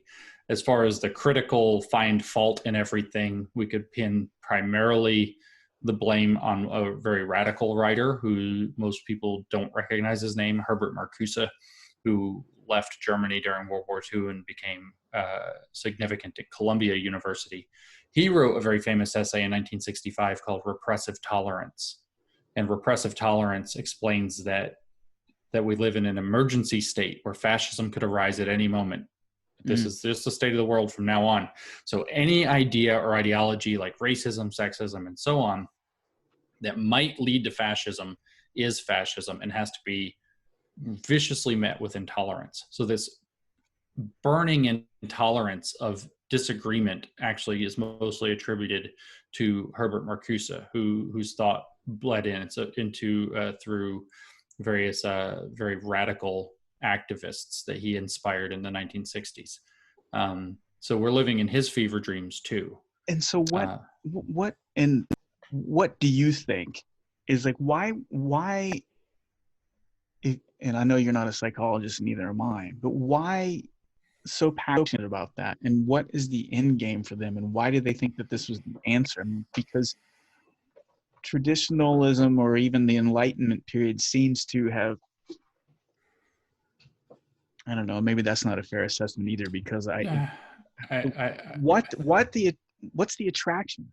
Is it because human beings, we don't, when things get difficult, we don't like it? We don't want to do the hard work? Or is it laziness? Is it resentment? Is it anger? That's the one. It's resentment. I think what I find with people who are deep into these theories is that you typically only have to scratch the surface the slightest amount and you find green. You find just raging envy. Why don't I get the spoils of society? Why do I have to, as your daughter phrased it, why do I have to bust my ass and get nowhere? You see so much of that. And it's funny, you look as an adult at a 21-year-old and it's like, honey, no 21-year-olds are getting anywhere. There's like 10 of them, but unfortunately you follow all of them on Instagram and you're jealous of them. So there's a ton of envy. Marcuse was very envious of, I mean, if you could actually get into their own pathologies. Marcuse was very upset, in fact, that he tried to stop the Nazis with a communist revolution that didn't work. And so then he tried to figure out why that didn't work. And it's because communism sucks, but he couldn't admit that. So then he came and started to look at society as one that had foiled his dreams because of all of these stupid people who don't understand how bad they have it and that are willing to latch onto things. And so he's envious of these stupid people who get to have good lives and see their work play out. Michel Foucault was a gay man who was vigorously rejected for being gay. In fact, he wasn't just gay. He was into all kinds of things that under many umbrellas would be described as perversions. And he was never accepted for that. His father wanted him to be a doctor, and he had no interest in being a doctor. So he had massive tension with his father. He wasn't accepted for who he was. And so then he comes up with a set of theories that basically says why his two focuses were on insanity and on homosexuality, and how society has basically mistreated those people forever. And so there you can see grievance maybe more than envy. But the grievance is often the envy for a peaceful, more simple, straightforward existence. And anytime you start separating into the oppressed versus oppressor classes, you see that the oppressed have the envy of the so-called oppressor, which of course is an oversimplification of real social dynamics that are very challenging to understand and even more challenging to kind of mitigate because you can't rectify them. There will always be hierarchy. There will always be elements of stratification. Some people will be lucky. Maybe in the final analysis, it's always a matter of luck, that you were born with the right talents, the right parents, the right circumstances. You were in the right place at the right time, and you had all the right opportunities to make yourself a success. Maybe it's always a matter of luck, but some people will end up succeeding to greater degrees. They'll hit upon the great idea of selling books on the internet like Jeff Bezos and be worth $200 billion, because who doesn't want to buy books on the internet? Like everything just show up at your house tomorrow on the internet. Right. And then other people will not hit upon those ideas or hit upon them first, and therefore will not have those opportunities. And so there's always going to be unfairness and stratification in life. And it's very easy to tap that resentment button. I mean, I saw this video of one of the socialist members of the Seattle city government just having this maniacal rant, like almost this weird droning cult voice. It's like, we see you, Jeff Bezos. We see you with the Amazon tax.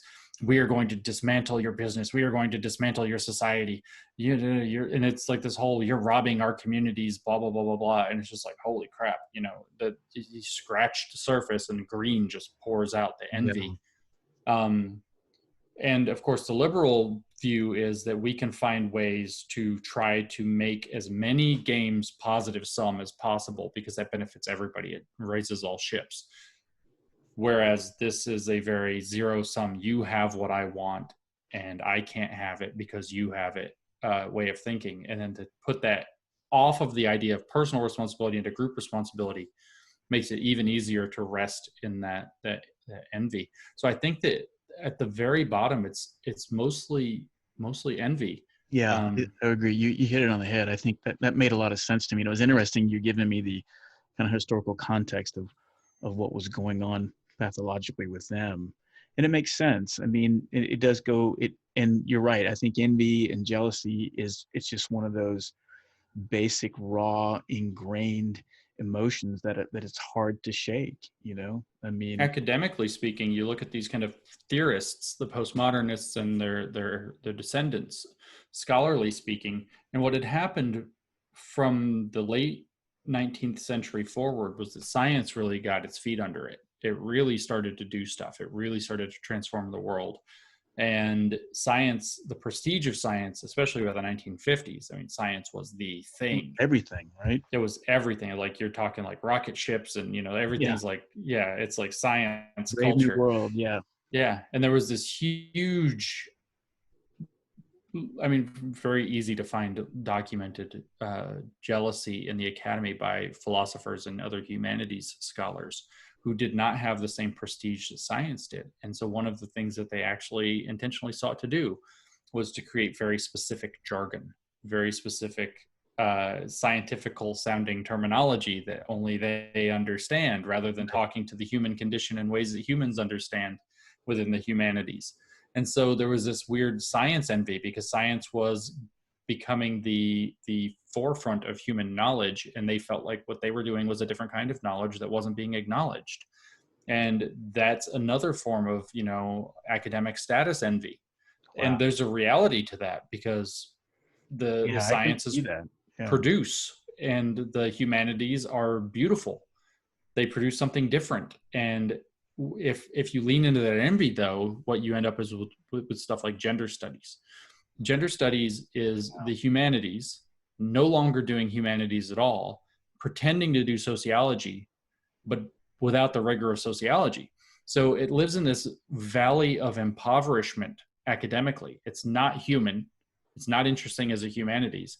It's not science, but it demands to be treated like a science. So it lives in this valley of impoverishment that just makes it more envious, and just makes it want to assert itself even more vigorously as something that must be taken seriously, or else you're some kind of a bad person. Wow. And I really do think that envy is at the bottom of this. This is a movement of resentment. I think you're right. And I think knowing that and having that clarity on that at least helps maybe kind of, I think, knowing that, I think it helps address how do you tackle it. I don't know. It's not. Yeah, I do too, because envy has been something that people have had to attack and tackle, I should say, in many contexts throughout all of history. And so whether it's, you know, for yourself and leadership, once you know what the diagnosis is, you can start looking for the cure.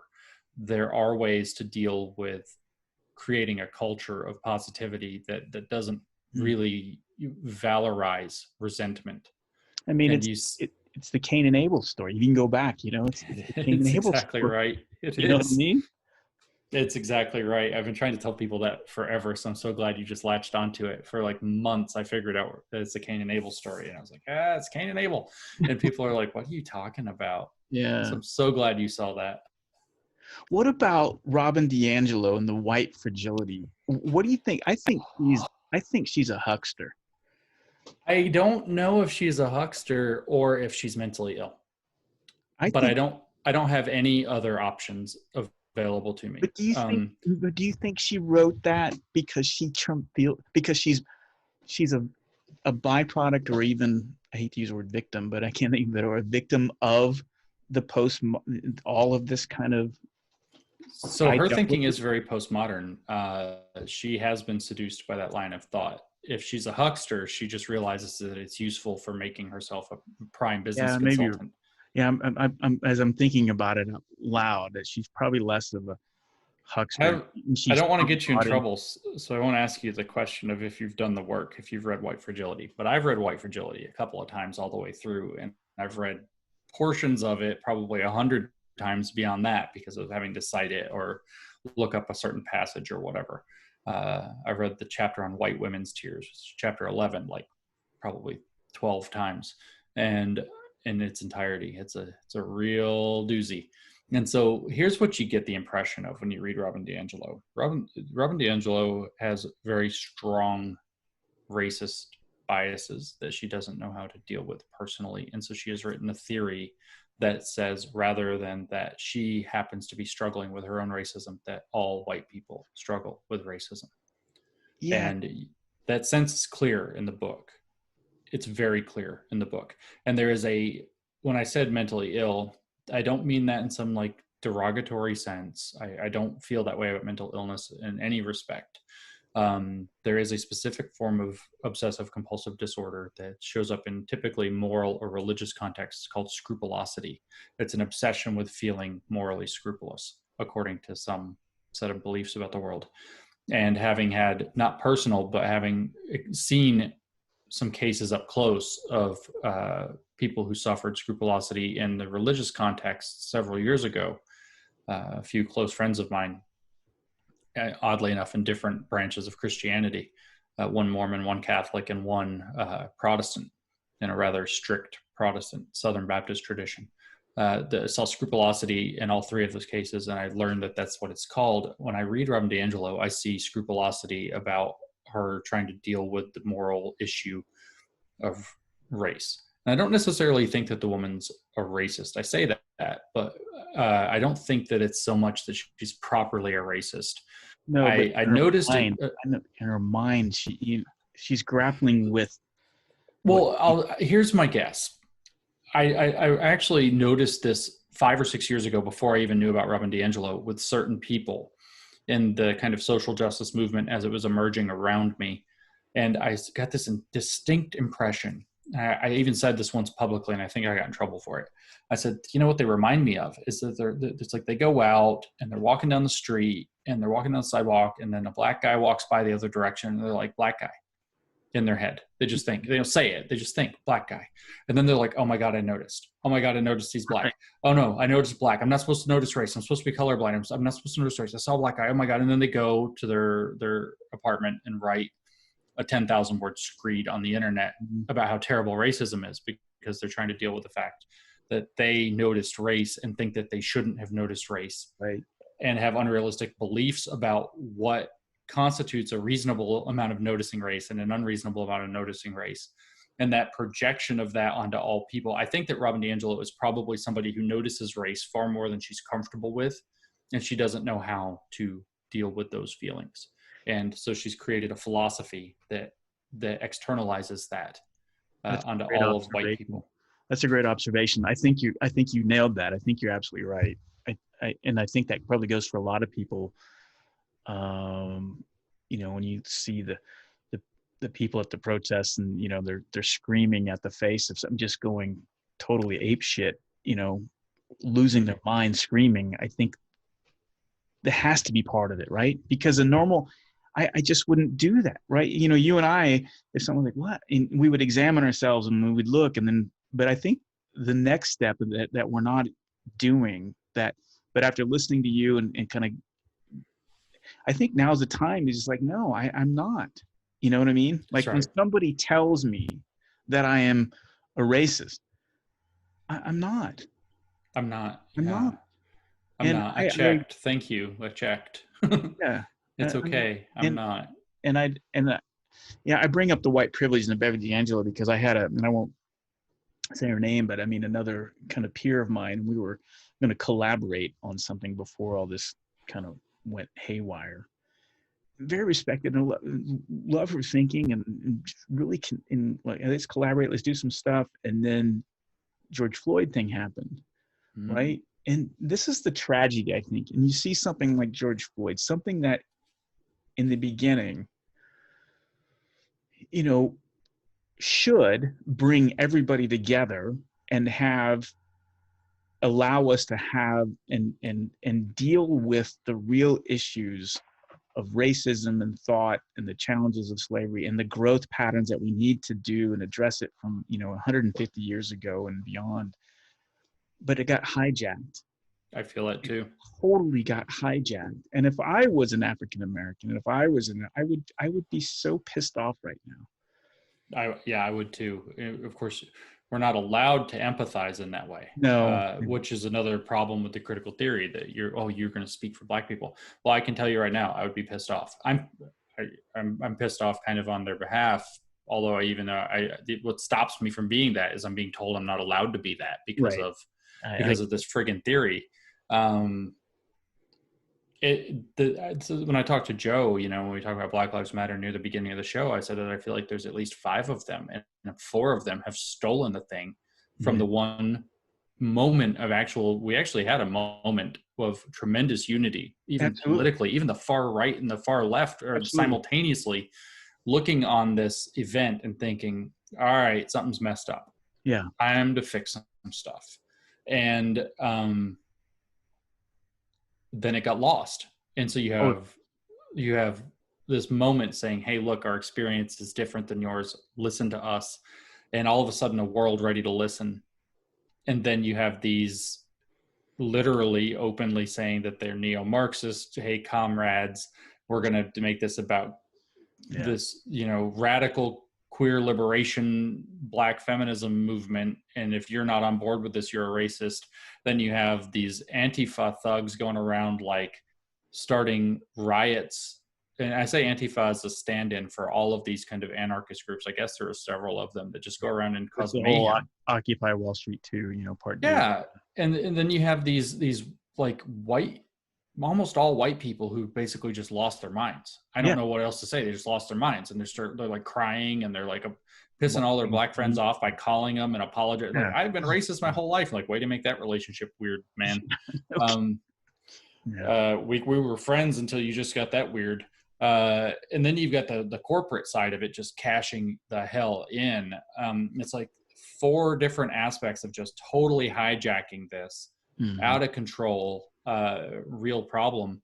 And it's a tragedy. I mean, I see that as the real tragedy. Every time I read these articles and it lists all of the names, and it's like again and again, it's like this empty mantra of listing all of their names now. And it's like, I just, I get it. And then at the same time, I kind of roll my eyes. It's like, you've lost. It's like I saw somebody very early on say something like, "Oh, we're burning down another building for George, what's his name?" And it's like the whole thing just got lost in this rush to fill the void with radical activism that has been cooking up. And I kid you not, has been waiting. I'm not a conspiracy theorist, but they do. You even had the New York City Chancellor of Schools, Richard Carranza, say, we're not going to let this crisis go to waste. And like leaping on this to try to push an agenda and just stealing it away from what it needed to be. Yeah, it's just totally selfish. It's totally, and again, it goes, it's a tinderbox. It was like a perfect storm. You got a vacuum of leadership at the political level, which again, just didn't appear overnight. That vacuum has existed for a long time. Right. It's produced, this kind of clown show that we've witnessed over particularly the last, 3.5 years, but even before that. I mean, it's just been building to this moment. There's no real authentic, transparent leadership. There's no real authentic, transparent, vulnerable conversations happening at the major level.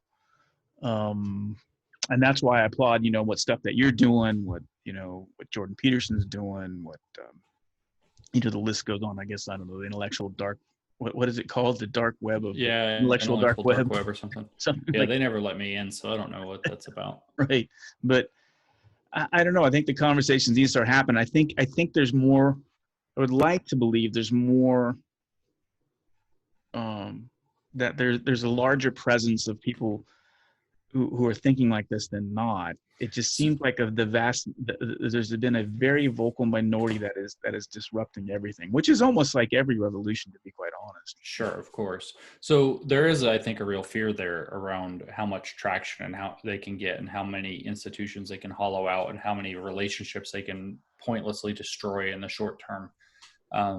But ultimately, I think, hopefully, my hope, if when I try to be optimistic about this, is that a lot of people are actually saying things like what you're saying right now, which is, I keep hearing people say, I've been forced, they're saying things that are like, all right, all I've been allowed to do for like a month and a half is talk about race and think about race. I've literally never thought about race so much in my life. So maybe they had a point. Maybe I didn't think about race enough, but you know what? I've thought about race now, and nope, I'm not racist. I wasn't racist before. I'm not racist now. And now I don't want to think about race anymore. And can we just go back to not thinking about race and can this nonsense? And I think there's a very rapidly growing segment of the population. Now, the hopeful side of that I have is that we've now had enough of a taste of this view of the world to where people can do what I do. And I noticed this very poignantly in February. I was in Washington, D.C., and I noticed this very, very poignantly. And all of a sudden I realized whether or not I was racist before doesn't matter. I don't think I was. But I'm certainly less racist than ever before now, because I see the critical race interpretation everywhere I look and say no. Yeah. No, I go out for a walk. I notice somebody, this happened the other day, of another race walking by, and I see that race, whereas before I don't know that I really would have cared. Now I have to see it. I can't not see it. Thanks a lot, guys. And I think, no, doesn't matter.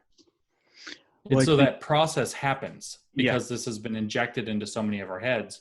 And maybe that is the dose of penicillin that pushes us in the right direction.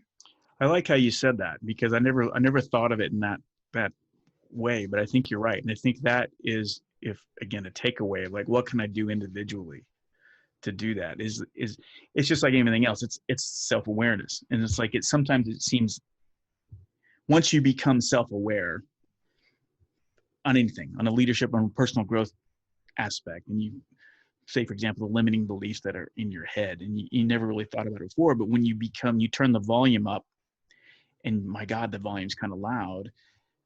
That's normal to kind of be freaked out by that. And to your point, is like, yeah, thanks guys but maybe that's the dose of penicillin. And it's to me, is what you just said is like same thing. Like when I personally, or even when I coach somebody about to get past a limiting belief, and realizing that beliefs are neither right or wrong, they're either empowering or they're limiting. And to your point, as you're walking and you see that, and it's like, okay, the poison culture that has brought this to my forefront, and oh, I see race now, but that, it just seems crappy to you because the volume's louder, but then you have the wherewithal of like, hey, no, I know I'm not. If anything, it's like a dose of penicillin to remind you that you're Yeah, not, right? that's right. And That's that's right. and that's the intentional self-discipline I think we all have to do, and to have the courage and the foresight to say, no, this is, to call insanity, right? And I know That's right. that sounds easy to do, because particularly what's frightening to me, you see, Evergreen State College scenario, which is absolutely frightening to me, that, we're all trying to avoid another Evergreen State College scenario, Right. right? Right. Or have the mob show up on our doorstep and effectively destroy our lives, but Yep. what other choice do you have? I mean, I don't know. I mean, it's scary because you and I'm a student of history, and you study all these, and that's what frightens me, is that people don't think those type of things can happen. And even when I bring it up, people think, oh, that's just crazy. That's conspiracy theory, right? But I'm Mm-hmm. sure there were people in Nazi Germany that were kind of going along going, what the fuck is going on here? You know what I mean? And then all of a sudden, and they're like, hey guys, I don't think this is smart. Right? Oh, shut up, just get in line, right? And then the next thing you know, you're ignoring the smokestacks, of the burning bodies. You know what I mean? Right. Right. I Right. mean, it can happen. And Yeah, I, the and I, parallels are really stark at this point to some of those really dark moments. I think the parallels, in fact, to Mao's Cultural Revolution are overwhelming. very Um, frightening, very similar. And again, you bring it up in normal conversation, they think you're a kook. And again, it's not that I fear for common sense and liberty, and again, sure, I'm not me a too. right wing. And see, that's the other thing too. I think I was listening to something, maybe that you said, a lecture. And I think it's important that, the idea of liberalism has just gotten so poisoned. I mean, the true Hmm. liberal just doesn't even exist, or at least in the forefront, right? When you say Right. liberal, that's even kind of like, oh, what a, bad word. But a true Hmm. liberal is all about personal freedom and liberty and individual and the inalienable right, inalienable rights, right, of life, That's liberty, right. pursuit of happiness, right? Am I saying That's that right. right? Yeah, that's exactly right. That's exactly right. Um, yeah, there's been a massive erosion of that, and maybe it's partly because we've been able to be so comfortable for so long and not have to assert that. We could just take it for granted. And I think that there is this now space in which, I mean, this stuff spread both institutionally, which is the real fight, and then individually, one person to another through culture. I think there's I'm generally optimistic. That which has been done can generally be undone. You can, if it's socially or whatever, you can kind of go the other direction. And so I think that if people start deciding, okay, you know what, you said do the work, I did the work. I took my personal responsibility, I did it, and now I'm going to treat people as individuals, and you're just going to have to deal with it. Um, Yeah. and start spreading that ethic again. It's like, look, okay, I listened, and that was a fair request. And now your conclusion is that we're going to treat people as groups. I reject that. Yep. We're going to treat people as individuals because I understand now why that's much better. And it's like somebody asked me the other day, they said, well, what do you say if somebody comes at you and says that you're racist? I just kind of like didn't dive into the question deeply, but it's like there's a part of me that's like, in the right context, waiting for somebody, they're like, well, you're ignoring the oppression of, that group or whatever. And it's like, there's a part of me that's waiting for that to happen, where somebody's like, you're racist because you ignore the oppression. You don't know what life is like for such and such a race. And I'm like, I'm the racist because I think that an individual Black person can competently succeed against adversity. It seems like believing in the person who can succeed against adversity is the opposite of having a derogatory view of them.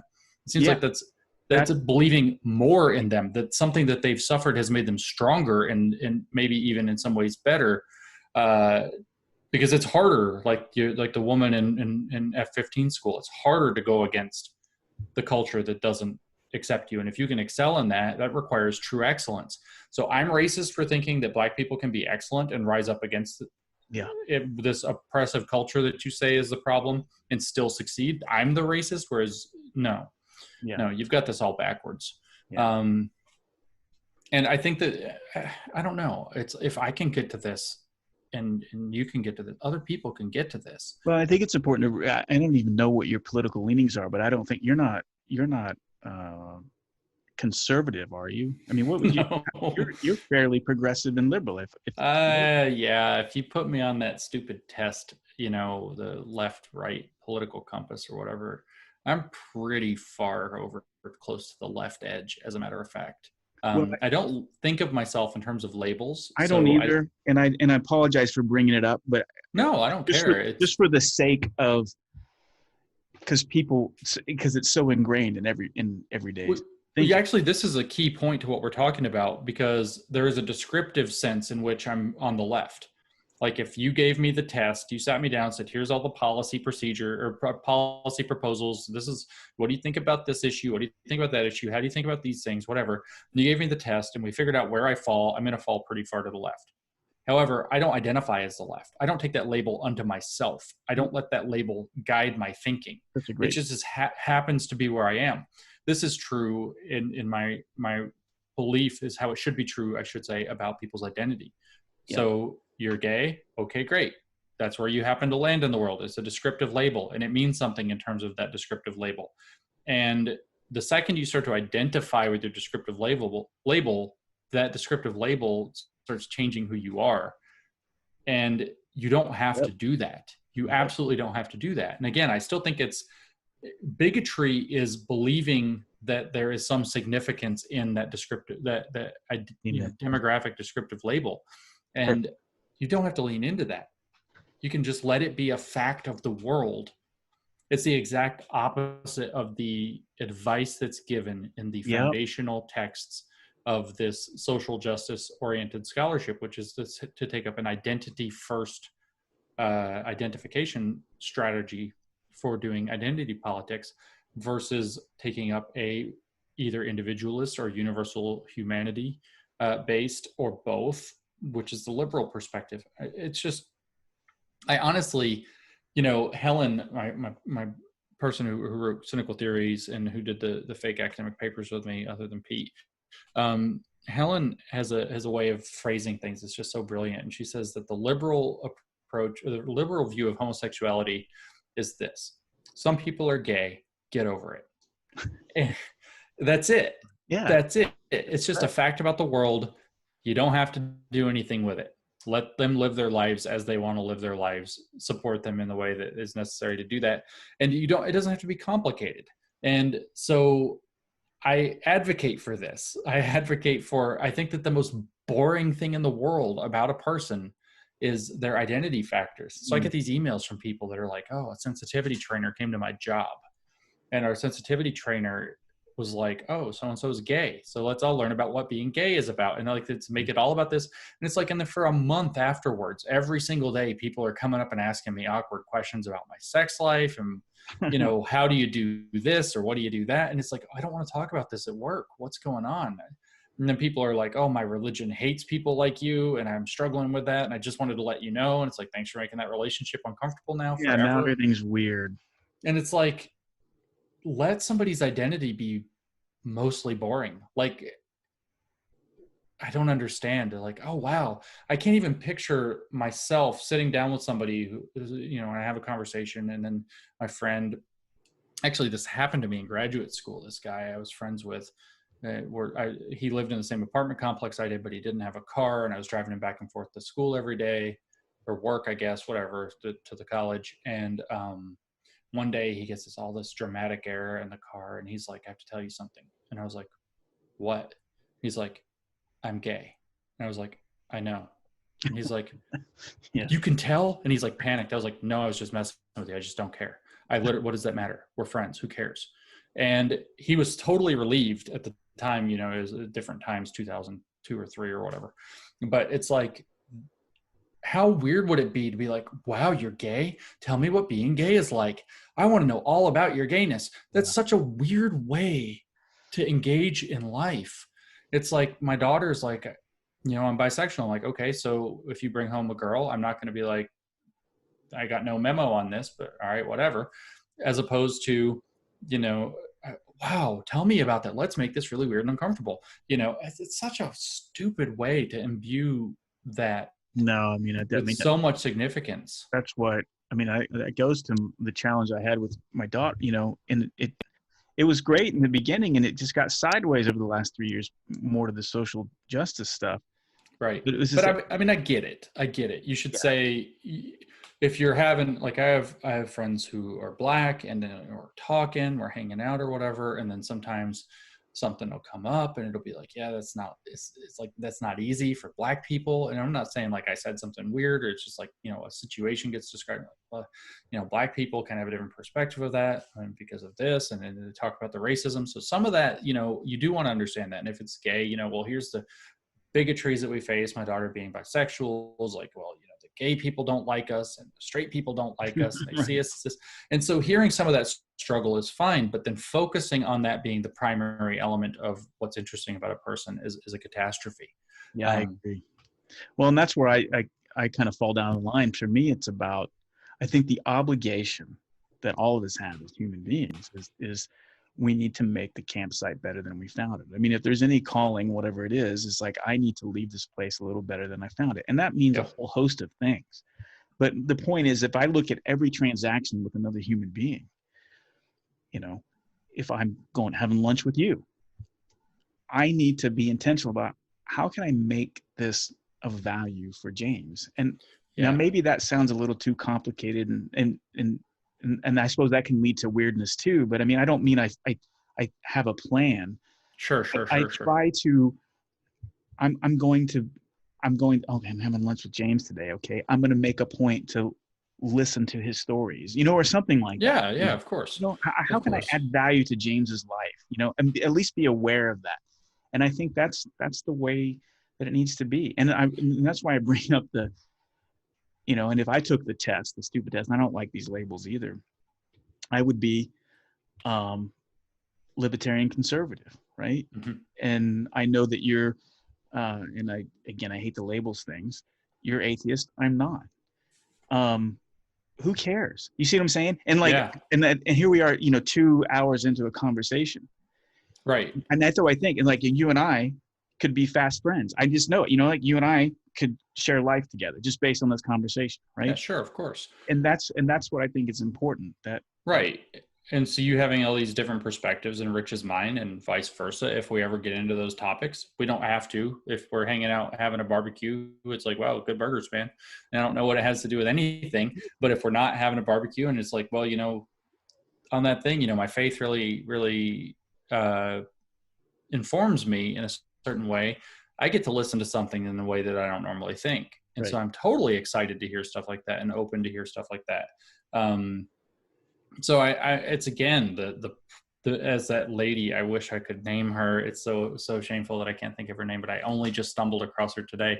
She's got the book. She says, that um these moments of difference, which can include offense, are the price of a diverse society. And we Yeah, want a diverse society because that's where richness and development and growth and opportunities and sharing, there's so much that's value and richness there. absolutely. And in fact, there's a saying when we're flying airplanes, when I'm the captain and I'm flying with somebody new, and one of the things that I say in the brief, the last thing I say to them, it says, I don't care what you think is happening, what you think your perceptions of me, if you think I'm smart, aloof, I'm in the game, I'm out of the game, whatever the case. It's not your right to challenge me, it's your obligation. It's an obligation to Hmm. challenge me. And I love that as a philosophy for life, right? I say that to my kids, I say that to my spouse, I say that to everybody I'm working with. It's not your right to Right. challenge me, it's your obligation. From an aviation standpoint, don't let me land with my gear up. Don't let me crash into the mountain. Don't let me run out of gas, because Yeah. there are numerous mishaps where that happened because That's people right. didn't challenge. And there's I mean, obligation there that's on both sides. There's an obligation for the receiver, as you do challenge yeah. me, that I don't lose my shit and make you That's feel right. less than. And it's the obligation on me to have the courage to speak up. That's right. I mean, that's the Chernobyl story right there. Is Yeah, for people sure. failing that obligation until something horrible happened, Mhm. and you have to be able to challenge this. This is a problem here. You can't challenge people across identity, lest that bigotry be spotted in that situation. It's a Well, catastrophe. yeah, I think the takeaways, I think from this, I think if we say, well, what do we do with this? We said a lot of stuff, and I don't know if we were complaining or whining. I don't think we were. I think we were just Nah. trying to bring light to some things that I think a lot of people are feeling. But I think for me, what I got from you is that we need to stand firm. I think that's fine. Having the awareness that's, again, self-reflection, personal growth. We can't let those things go because freedom is at stake here. Personal liberties are at stake. This is why it's important, and it's not a conspiracy theory. That's not this. I mean, but just common sense and decency of treating each other with respect. But to stand firm and to be courageous, and I do think this day and age, it does demand a great deal of courage. And so I think you're being courageous, James, and the things that you're doing and the people that you're surrounding yourself with, and you're speaking the truth. But I think that's what we have to do. I don't know what else I can tell my clients and the people looking to me for what do we do as leaders. I think this is the time that you got to stand firm, because the answer to this, to your point, I think what I heard you say, and I think the solution to this, doesn't mean it's easy, is that you have to be principled. And that's why all of this stuff will eventually eat itself, because it's not principled, That's right. right? And Right. and so this is the time to be principled. But it does scare me because it doesn't mean it can still get messy and pretty gross and scary. But what other choice do we have, right? I don't know. What are your thoughts?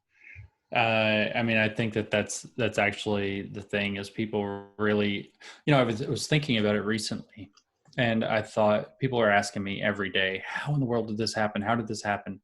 And how do you deal with it? And why aren't you crazy? And all of this stuff. I get asked all the time, how do you not go crazy? And I thought about it, and it's because I have principles. I have a North Star. I Mhm. know who I am, and I'm confident in being who I am. That's why on Joe Rogan's show, I was so near the end, I started talking about how important authenticity is.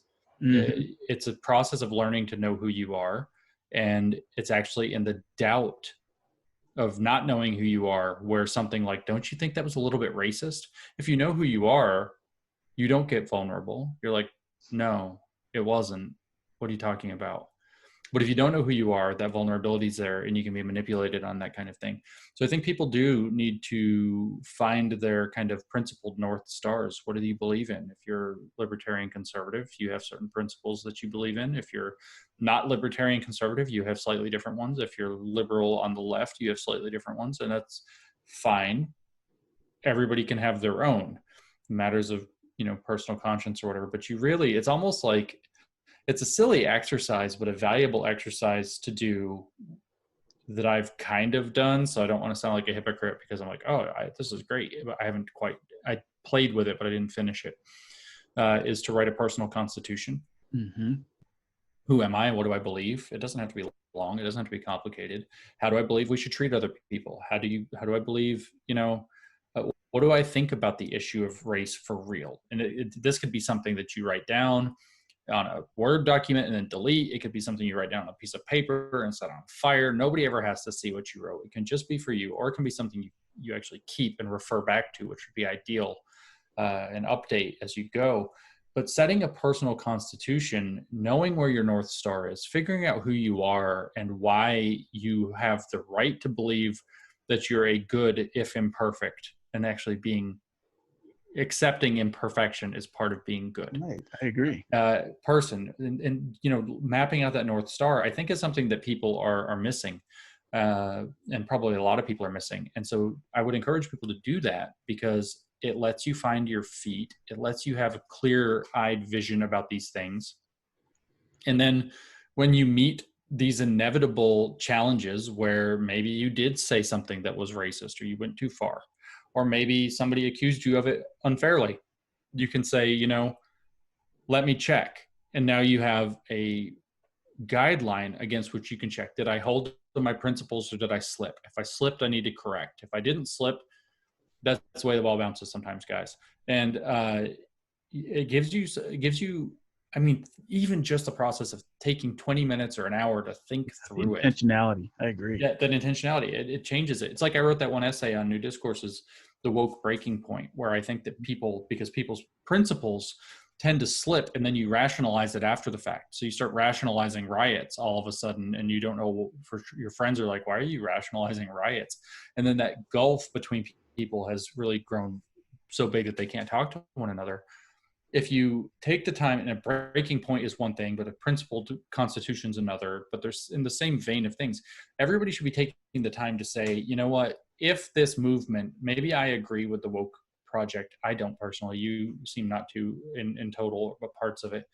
But if this project gets to the point where, say, I was going to say something extreme, like they ripped down George Washington's statue, but they already did that. You know, pick something though. If they get to the point where they do X, that's too far. And the reason you have to do this before X happens is because you can't as easily rationalize away something that you stood principled about a few weeks before, or a few months before, or a few years before. So if you say, my principles are that if they set fire to, you know, the Capitol building or whatever it happens to be, that's a bridge too far, I'm out. If they fire, you know, so-and-so, that's a bridge too far, I'm out. And then that happens. You don't have the ability to kind of do, well, the circumstances were, well, because you've already said to yourself, you've committed to something. Yeah. And I think that's very, very important when you have the possibility of a slippery slope. Normally, I don't think society is a slippery slope to terrible things. But right now, I think we do stand on a slope that's pretty slick. And yeah, putting some cleats in the ground is a good idea. Yeah, I agree. And so the intentionality about him, the principles, know who you are, know what you stand for. Mm-hmm. And know what you'll find intolerable. And know what you find intolerable. Like what is a bridge too far? I think those are great actionable steps that we can all do, because and that tips the other way, by the way. So even if for some odd reason, if some left wing, you know, fairly strongly woke person is listening to this, I think that there are valid concerns around the president, for example. Mm-hmm. And I don't think that the man is necessarily a fascist. I have thoughts that are not particularly glorious about him, but I don't think that he's likely to be a fascist. It's possible. So what are your Trump breaking points? Right. Maybe those have already been passed, and that's fine if that's the case, but it's something, again, if they haven't, you know, what is the bridge too far where you're like, no, I actually am principled to the point where my support for this breaks here. Yeah. And it should be with everything that looks like there's some serious threat of I mean, it should be other parts of your life, frankly. I mean, with my marriage, my wife and I did this years and years ago. Where are the slipping points where we know that, you know, this is intolerable, but what if we just grow apart? How do we stop that? What are the signs? Where do we say, whoa, we've tripped the wire and now we're going to go reconnect for a weekend or a week away or something? It's just an important part of life to be able to set that up and stick to it. Yeah, I talk about this on the show for 8 years. I've talked about that, the intentionality behind it. And I think sometimes we don't realize how much work that is. It is a lot of work. It's easy to understand. It's everything we're talking about is, as you said, it from understanding that, yeah, it makes sense. I need to have principles, isn't that? But doing the work, it takes a lot of work, because this, I guess the self-reflection piece, I know for me, sometimes I didn't like what I saw, you know, and I think that's, but that's part of the process, right? Sometimes you don't like the person that you end up. It's true. And that's part of the see where you're. That's part of the growth process, right? I mean, that's part of the authenticity. And I say this, I think the currencies that are so missing in everything, in all of our institutions and our own personal lives, is authenticity, transparency, and vulnerability. Those are the keys, I think, to leading a significant life and Mm-hmm. having a significant culture, and to having, it's been proven. I mean, there's empirical evidence that that produces significant and positive outcomes for everyone. But we suck Mm-hmm. at, for whatever reason, being authentic, being transparent, and being vulnerable. Right. And I think we suck at it because it takes a tremendous amount of courage, and Mm-hmm. that's what's being called, and that's how I see it. I don't know. Yeah, I know. I think that that's exactly right. We're all very busy. It's uncomfortable to be honest with oneself, where Mm-hmm. you have to admit that you lay out your principles, and the second you do this, for anybody who's done it, you lay out your principles, and you're like, It it man, it I introduces don't accountability into your life. That's I what don't quit hit those that often, that's right. It's easy to beat yourself up because it's like, because it introduces accountability into the fold, which we haven't really talked. I mean, we've been. I mean, for like Christians, not to step on anybody's toes, but I actually feel like that's an integral part of what the story of Jesus, the gospel, is about. Is that that God had his covenant and his view of the proper life, and he sent an example, and so that gives people a worldly example, God and man at the same time, to be able to stare at and look at and say, that's really the model I should try to be living up to, even though I can't get there, but I should try to do the best I can with it. And I mean, since I'm an atheist, I can say things like this and not feel weird about them, and maybe Christians wouldn't be as comfortable. But my friends and I actually talk about, you need to be able to figure out what your personal Jesus looks like. Mm-hmm. And Yeah. maybe if you're a Christian, it is Jesus. And maybe if you're not a Christian, it doesn't matter, because you can use that as a metaphor for something, this much more principled version of yourself that lives up to the right things by definition, and to set yourself to that standard. Well, I mean, I think all the great religions and all the great philosophers and it all goes back to, and even in the case of like, well, I don't know what I believe, or I don't believe in God at all. I mean, Mm-hmm. you can still have, I think at the core of it, it's got to be about the individual, right? And Mm-hmm. it's always about the individual. That's right. The individual has to be able to get right with themselves. Yeah. And then, as far as their spiritual tradition goes, get right with whatever it is they see within that. Right. And the problem with it's powerful. where religion, everything gets, and it's kind of the same. It's the same thing that we've been talking about It's here. the same thing. Because it's when religions get sideways, and there's plenty of examples of that throughout history. Mm-hmm. I mean, it creates chaos. It creates mass genocide and death, and and that's what's happening with the kind of the woke culture. It's turned into a bad religion, right? I feel that's right. I feel like it's taken a generally good kind of social spiritual principle of social justice. Yep. A fairer and more equitable society, and turned it into something Evil. Very narrow and evil. Yeah, because it manipulates your best impulses, your best instincts, and turns them to its purposes without any real regard to what happens to the individual that it infects, or the organization that it infects. In fact, it celebrates no matter what happens. If it infects an organization and the organization collapses as a result, well, that's one more racist organization down. And if it survives, it becomes a woke organ. So it's it's very gross. It does it to individuals too. What if it infects you and it makes you get to the point where you hate yourself and you're miserable all the time? Well, that's because you were full of bigotry, and that's what you deserved. And if, on the other hand, you become, very pious in the faith, that's great, because you become another woke organ. It doesn't care about people. It doesn't care about people or institutions at all. It only cares about promoting itself. And that's a religion gone sideways. Yep. Amen.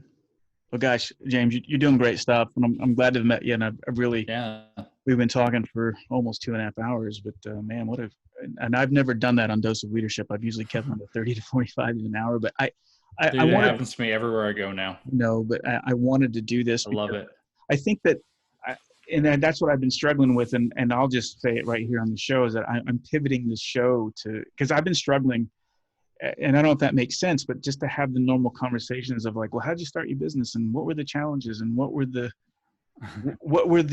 dark moments, and when did it seem impossible, and how did you pull yourself out of the bootstraps, and you know what I mean? I've had 430 conversations like that, and in the wake of what's happening in the real world, it just seems vanilla and empty to me now. And I don't know. What do you think? No, it makes sense. I mean, what I keep telling people is that for dealing with this, one of the best forms, I don't want to create activists. I feel like an activist on the behalf of people's right to not. But if you want to do something meaningful, you don't have to speak. I mean, you can speak up to some degree, but you don't have to speak up. You don't have to get on a public pedestal and run your mouth or whatever. Yeah. You can just do the thing, right? Somebody who's taking on the concept of leadership and just doing it, and touching these issues without like wallowing in them and getting dragged down into them, who's building the thing. What we need, critical theory is a corrosive, tearing down thing. I talked about that poem on Joe Rogan's show where I've seen the poem again now. It's been since I was a kid, but I still can't recite it. But the idea is still that unskilled laborers can tear down in a day what it took master builders a year to build. It's easy to tear things down. It's hard to build things up. It is. And what the world right now, the world is at a pivoting point where what it needs are people who are building the next generation of things. Right. So one of the most valuable forms of, if you want to call it activism or whatever, to conquer the woke problem is to just start being the builder. I love it. Start building the thing that fits into this new world without having to compromise who you are, what you believe in the process. All it knows how to do is tear down. So that's a thing you have to be aware of in this new world, at least for the moment, is that there will be attempts to tear you down. So leadership means, how do you avoid being torn down? How do you avoid being torn apart from the inside by people that are trying to, hustle the system where they know that they can then create these double binds and so on. And being the thing that builds that, I don't know. I look at the example of the Quillette magazine where Claire Lehman, who's a friend of mine now, saw a place where both academic literature and journalism were failing. And she built the thing that filled the gap. Yeah. Yeah. Just build the thing that fills the gap. I love how you said that. And that actually gave me a sense of, it probably didn't sound like it to you, but it does give me a sense of clarity again, and an optimism. Like, yeah, that's what we're supposed to be doing. And something I've said time and time again, and what I believe in from a leadership perspective, is that you just got to go in and do the work.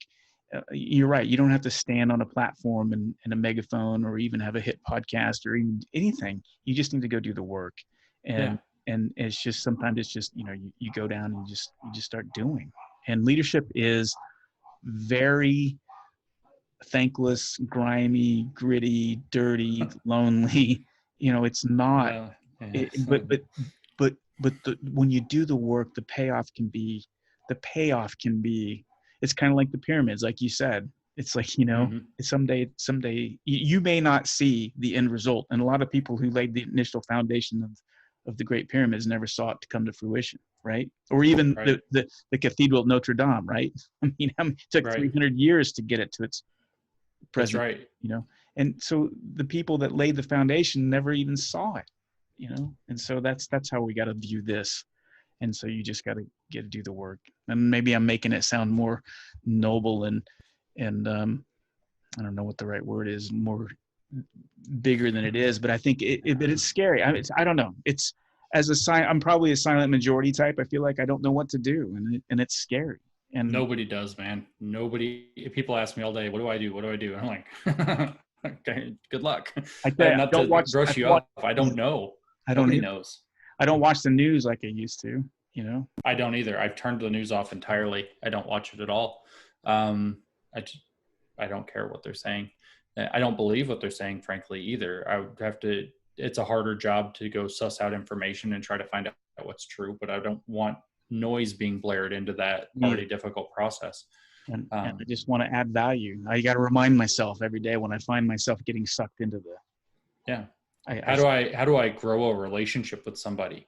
Perfect. Right. That's another one. How do I be friends with my neighbors where before maybe I was like, oh, they're the wrong kind of people? How do I stop So I don't know, my stupid libertarian neighbors. How do I be friends with them now? How do I do it? How do I bridge those gaps? How do I make friends with people who have different views than I do? How do I meet somebody at their faith if I don't have it? Just do the thing. How do you do it? How do I be friends with so now I have to be friends with people across racial because I already am. Then it's awkward now. How do I fix that? How do I make that How do relationship I get authentic past the again? awkwardness of it? Yeah, how do we get past this? That's a challenge to rise up to, and it requires these things, and it's possible. Yeah, that's so funny that you brought that up. I know we're going to end on this, but it is. I mean, I think about my African American friends, and it's like I've almost kind of avoided them more now than before this, right? Because I It's don't know messed what up. to do. It's because it's not healthy, and it's how do you center that relationship back in your friendship, or if you're religious, into your faith? I say that specifically because I've been invited to so many faith-based things in the past year. I'm very popular, it turns out, in the Southern Baptist Convention, and I just see people of all races, of both sexes, of all types, just coming together in their faith and putting that first. And I don't agree with their faith, and that's fine, but seeing them come together, it's like they're finding the thing that works, that community. And I challenge them a little bit by my presence because they want to accept me, but it's a little awkward, and so we have to find ways to make it work. And I benefit from the relationship, they benefit from the relationship. And so find those things, whether it's burgers or whether it's your church or whatever it is, to bring you together. You're human. It sounds cliche, but we're human beings, right? And at the core of it, we all want to be respected. We all, it all comes down to love. To me, I talk about that on the show. I hear it. I hear you. I mean, that's right. It's like, I gotta love this person. I mean, that's the obligation. I gotta make the place better than I found it, and I gotta find ways to not be an asshole, right? Because left to my own devices, I can be an asshole if I'm not intentional about it. Right? We all can. It's super easy. All right, brother, man. Great conversation. How can people reach out and learn more about you and your website? And great website, by the way. Got a great article, newdiscourses.com. I'll have links to it. But how else can people reach out to you? The easiest way, the only social media I'm genuinely active on, I mean, people will find me. I have a thing on Facebook, I have a thing on Instagram, but the one I pay attention to really closely is Twitter. I'm at Conceptual James on Twitter. I apologize everybody seems to love my Twitter, but I'm fairly active. I get a lot of messages like, I followed you and you tweet a lot, so I'm going to unfollow you. I'm like, okay, that's great. Don't subject yourself to something you don't want to deal with. Right. So I do tweet a lot. I'm a little bit irreverent. I'm more friendly in person than I am in the arena, as I refer to Twitter. It is the arena. That is the arena of irreverence. So, I mean, I think everybody kind of knows that. So, you can find me there at Conceptual James. I post pretty much everything I do, that people might want to find out about on there.